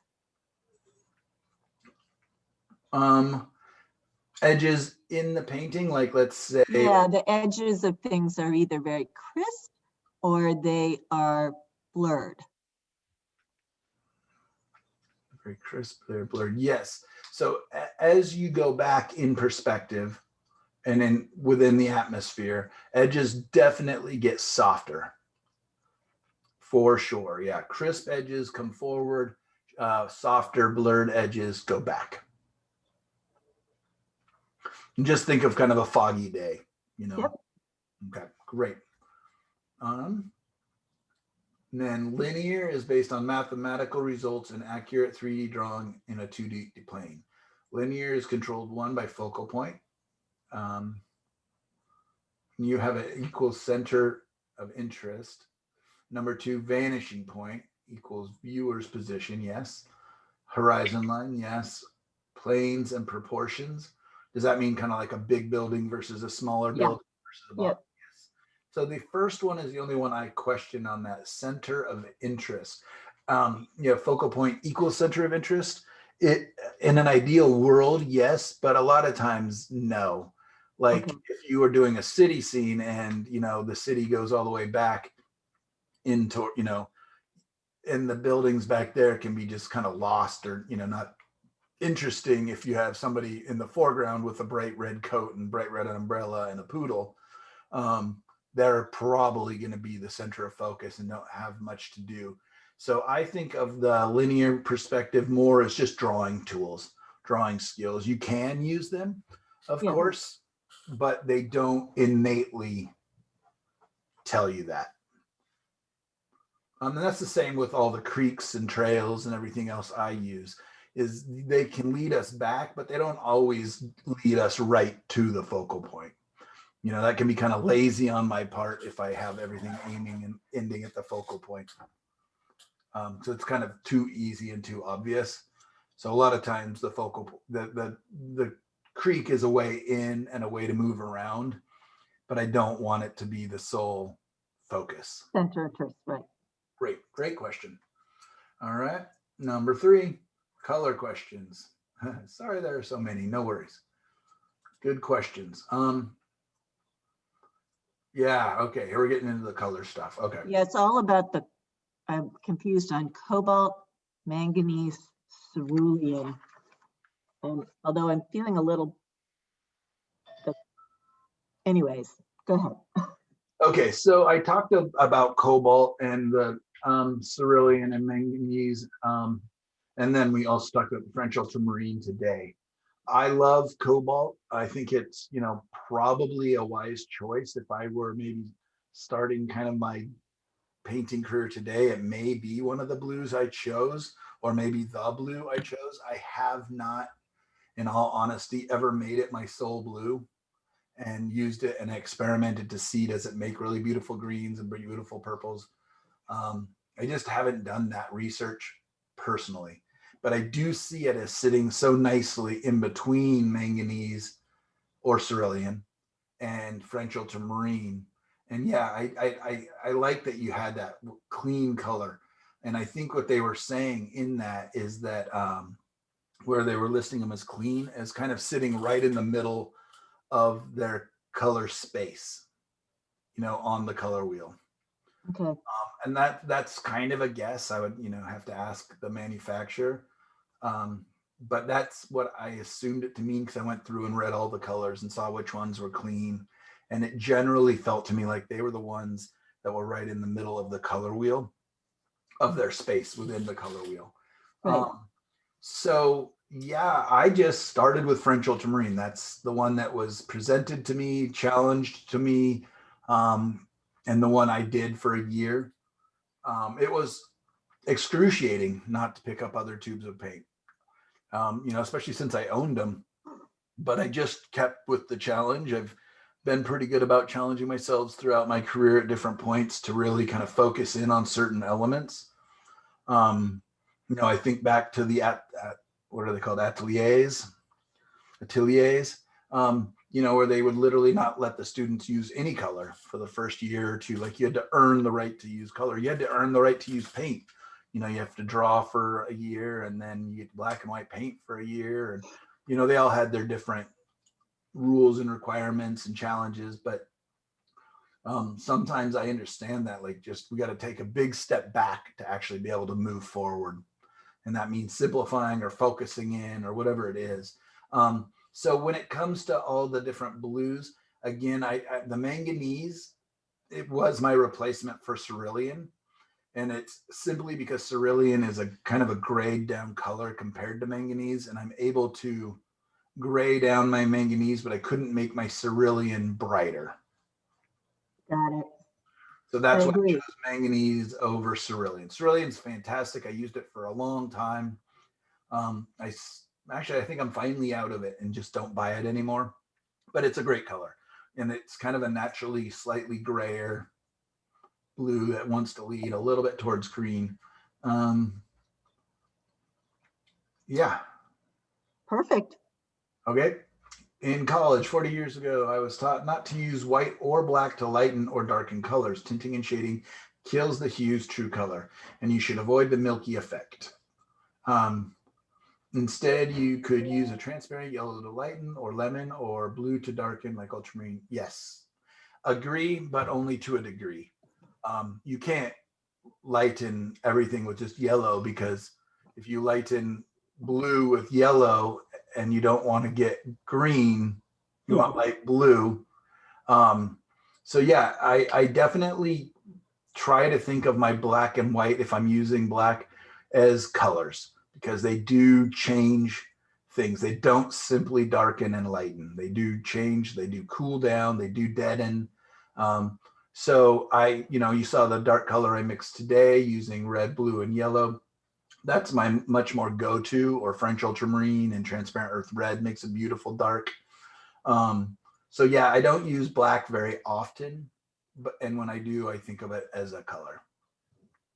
Yeah, purple is a better, I don't want to say purple, but yeah, the ultramarine with a red or is a better way to darken a color than using.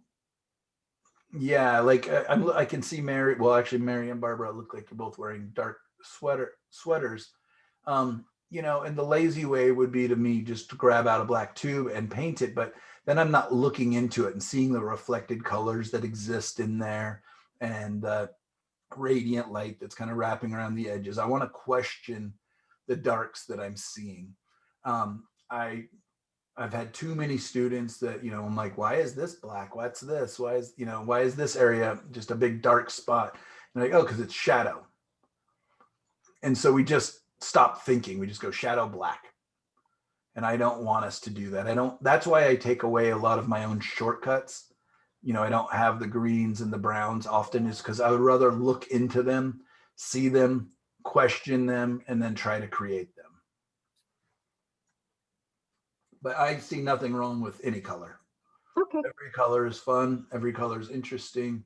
Barbara and I had to talk about that a couple of days ago, about the earth colors and stuff like that. And I just, again, I found, like, especially with beginning painters, when they have brown and green and everything else, they just say, well, that color's brown. I have a color that says brown, and they stop. They just put that out and paint it on there. So it's just a way of asking ourselves to look a little bit deeper. Yeah, that one, the decreasing in density, I'm feeling pretty comfortable with that now, actually. That's great. Yeah, so mixing across your color wheel should You were saying that should be your first go-to. And that was like the really bright phthalo blue. By using a really high intensity orange, they both just neutralized each other so amazingly. It's, you know, like, it's to neutralize something really strong, you need something else pretty strong generally. And as soon as you add a little bit of it, it really comes down in strength really quickly. So yeah. All right, after watching the Gamblin video on color space, why do you not use Portland grays to tone your colors? I do, not very often. Okay. I just find that grays are, again, easy for me to make. You know, I can mix that dark color. I was trying to mix a lot of grays today. They felt so gray on my palette. And then when I put them onto the painting, they're just, oh, the painting is so bright I can barely look at it right now. So I'm gonna have to go through and do quite a bit of doctoring into this painting that I started today. But even though my colors weren't what I hoped they would be, I still think you guys got to learn a lot about how I was kind of approaching mixing them. And again, it's not a direct thing. I don't just mix and then I'm done. I mix, test, remix, test. And yeah, so. But I do, I love Portland grays. I own lots of grays. I just use them very specifically. I use them as a color, kind of, and you can do a lot of fun things with them. And why do I not use greens? Just what I was saying. Mix them. Mix them. If you're having a hard time with your greens, please start experimenting with red into your greens. Great, red is the great modifier. Most of the greens we see in the Oregon and Pacific Northwest are far, far, far redder than we think they are. Pine trees are very red. Yeah, that really blew up my paintings when I realized how much red you could get into greens. Makes them a lot just less silly looking. Green is a huge color space. You know, when we picture the color wheel, we picture all the colors getting their equal space, but yellow really is a tiny, tiny amount of space on a real color wheel because it instantly changes as soon as you add a little bit of blue or a little bit of red or whatever. It instantly changes into another color. But green, on the other hand, can take up a huge amount of space because it just stays green for so long. I love sap green and other greens. Viridian is beautiful. And there are times I'll pull them out, but I generally just make my own. Why do I not use burnt sienna? I don't know much about burnt sienna, but I do use burnt umber. Yeah, burnt sienna is a little redder. Yeah. My burnt umber is a little blacker. Probably because it's the great modifier again. Earth reds, I use the transparent earth red a lot. It's a much weaker color than the burnt sienna and burnt umber, and it's transparent. I've just gotten used to it, but I use that as a modifier to kind of neutralize colors a lot. So yeah, there's nothing wrong with burnt sienna, and I understand why they would use it, why it's a great color just to modify and neutralize things. But I can make burnt sienna with my split primary palette, no problem. I can make burnt umber with my split primary palette, no problem. Okay. I can even make my transparent earth red with my split primary palette if I have Indian yellow on there. But you know, they're going to be a different opacity, and of course the material makeup of it, the actual pigment is different. So that's something to keep in mind, even though I can make a color that very closely replicates the color out of the tube, the makeup of it is different, right? I'm using different ingredients to make the same flavor. But when I mix those two flavors with other colors, their reaction may be slightly different. Does that make sense? Perfect. Okay. So yeah, don't be scared of any color. And if you want to use 27 colors, I'm all for it. But if you want to use 27 colors and then, you know, keep coming to me and saying, I'm just really having a hard time making, you know, color harmony and different things, then my advice very quickly is, oh, well, let's simply get it down to a couple colors. And I love brown paintings. I love tonalism. So I will use burnt umber and earth red and yellow ochre. And I just love those paintings. They're a little harder for me to sell just because they're brown and people want more color on their walls generally. But I sure love them. So I love the earth colors. All right. Did that answer that? Oh, yeah. And then, I think you can just mix whatever you want to do rather than Carlson's, I kind of assume. I'm sorry, what was that? For the next question. Okay, many books had different opinions about value techniques versus Carlson's planes. Yes, for sure. I assume that painting a picture combines some of each. Yes, very much. Number one, a painting's top sides are darker and cooler. Painting's top sides? What do you mean? Well, like you were doing today, you had the sky darker at the top, and then yeah. Yeah, I mean, somewhat, yeah, cooler generally, but actually a lot of times the cool blue will be lower and it goes back towards kind of a purple bend. It kind of like it'll go from truer blue back towards almost like a French ultramarine blue. So at the if I top? were using, yeah, towards the top, and it's okay. an interesting thing, and I think that has to do with the density of the layers of light up there, you know, because it's a dome that we're in. It's not just a big flat surface that we're looking at of sky. It's actually a dome. So I imagine it has something to do with that. I'll ask that you, yeah, as I'm looking at like photos, like right here, see that it kind of goes up and gets more purpley almost. And again, that's, you know, a modified photo, but yeah, I'm just going to ask that you start to observe that and see if you agree. I don't always use that in my paintings, but I do see it oftentimes when I'm, you know, watching sunsets or even just midday sky. It doesn't just get lighter and lighter or darker and darker. It does change temperature slightly. One, a painting's top sides are darker and cooler, while the horizon line is lighter and warmer. Generally, yes. Got it. Two, a painting's background is darker, lower values versus foreground center of interest is lighter, highest values. So that's the back, it's opposite. Is it? Well, painting's background is lighter and lowest values. Yes. Meaning the values are closer together. Yes. And also generally lighter, depending on the amount of atmosphere and everything else. Versus foreground center of interest is, and it depends on what we're looking into, but it is the highest value contrast. Yeah. Generally. The lighter areas can be lighter, brighter, and higher chroma, and the darker areas will generally be darker. Yeah, I think I was just confused with the terminology. Okay, no, that's good. I'm glad we can clean these up. It's confusing, and again, a lot of the terminology can kind of be, it's like when you hear another language and you pick up just enough of it, but it's so taxing because you're constantly taking those words into your brain and then quickly trying to translate them.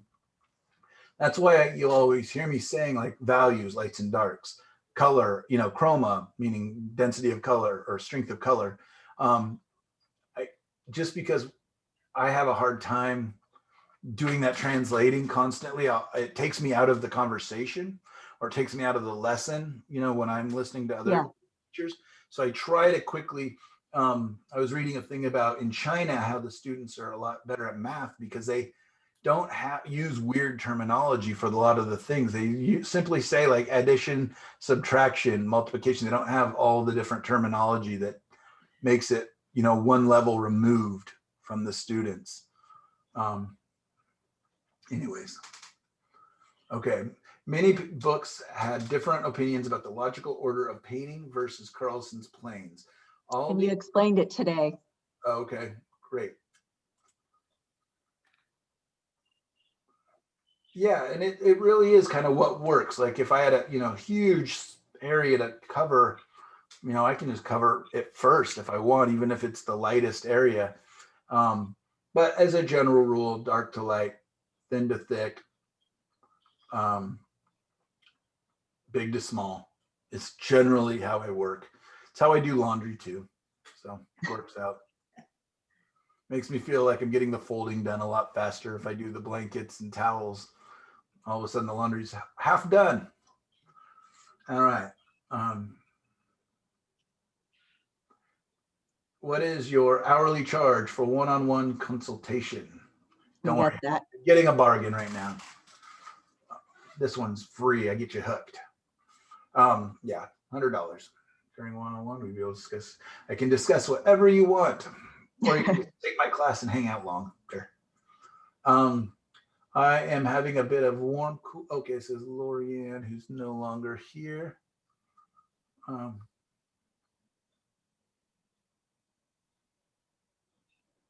Oh, that's who we just talked to earlier. Okay, so we were actually looking at her painting. There's Mary's. I am wondering which landscape color techniques can be applied to other types of paintings. For example, to the painting of people or homes with heavy light from the sun. Oh, without heavy light from the sun, sorry.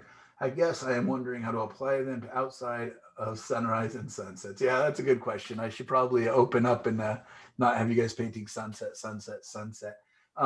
I use the same palette for everything. Maybe if I was going to the desert, I might grab some yellow ochre to save myself time. Maybe if I was going to the Bahamas, I might grab some, phthalo blue or something. But no, I found that with my split primaries that I generally use, I can make thousands of colors and make them generally work for most everything I need, and at least get super close and make the relationships work. Let me know if that's answering at all what you meant there. Yes, it is. I knew that you'd done illustration in Mhm. the past, and I sense that much of what you're teaching us would be a powerful tool if you were doing a human, for example. But I was just curious if you saw a major change if you shifted from one type of art to the other. No, because even like when I traveled around the world, I took the same colors and was able to paint all over the place. If I needed like different colors for the ocean, bright blues and stuff, I could just make my colors look like it by, who I put beside it and stuff. We saw that even in today's painting, how much the colors changed when I got them up next to each other. And I generally don't have like, oh, I'm going to paint a person. Here's my people painting colors or anything like that. I may invite a guest color or two, but again, it's just shortcuts for the most part. There are some colors like phthalo green. I find it almost impossible to make phthalo green. So I don't know when I need to paint phthalo green, but if I did, I might grab for that. Yeah, there's definitely some colors that are a little harder to get to. Or, you know, if I do want to paint a tonalist painting, I could grab any of the earth colors, neutralize it. If I wanted to do a black and white painting, why wouldn't I just grab black and white versus mixing, you know, all my colors into a dark?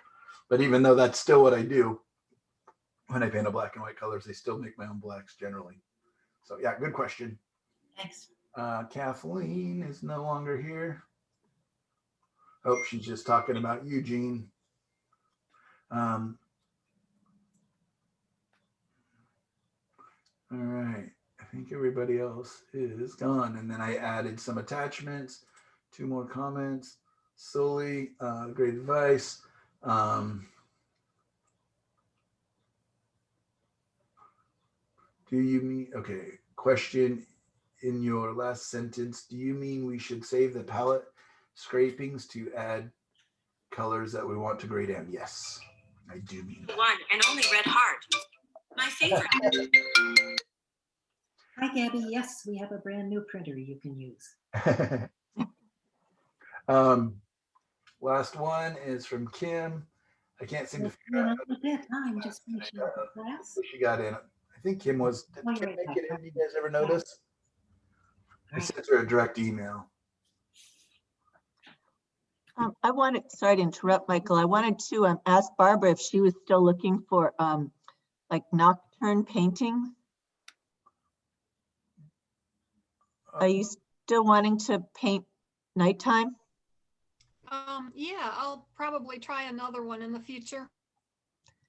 Because I found like, I'll put it up on the board. I found 3 very interesting artists, as you said, of the 19th century with realists, and they use beautiful blues and glazes, and they're stunning just to look at. You're going to post it on the website? Yep. That'll be great. Thanks. Yeah. All right, you guys. I really appreciate your staying longer if you were able to, and thanks for being in class, and thanks for watching the demo. Sorry, the colors are a little bit not what I hoped they would be, but I think we learned a lot from watching mixing, and I will see what I can do to fix them, because we all get to fix our paintings sometimes. So awesome. Thank you, Michael. I love watching you paint. Are you going to paint live some more on your website? Probably. Yeah, I feel like I'm playing catch up. Actually, I have a huge painting behind me, 4 foot by, where's my, there it is. How do I show you? That big guy behind me. I've got the darks laid in. It's going to be waves crashing on rocks and everything else. And that's another kind of a painting landscape metaphor. I talked to you, Barbara, a little bit about what happened with the family. This last week, we suffered some deaths in the family, 3 of them. And I was just in a tough place for a couple days. I mean, still am, but I decided to try to just really encapsulate it in paint. And now, you know, the funeral was yesterday, and I feel like it's time to add some light and other things into this painting. So I'll be building that one up. So I may do some video of that as I take it from the dark and crashing rocks to adding some light into the sky and into the waves. So yeah, thank you for asking. Hope to video that. I'm heading off for some lunch, Michael. Thanks again. I'll be in touch. Fantastic, you guys. All right. Well, take care. It was a lot of fun. Bye-bye. Bye, everybody. Bye, Susan.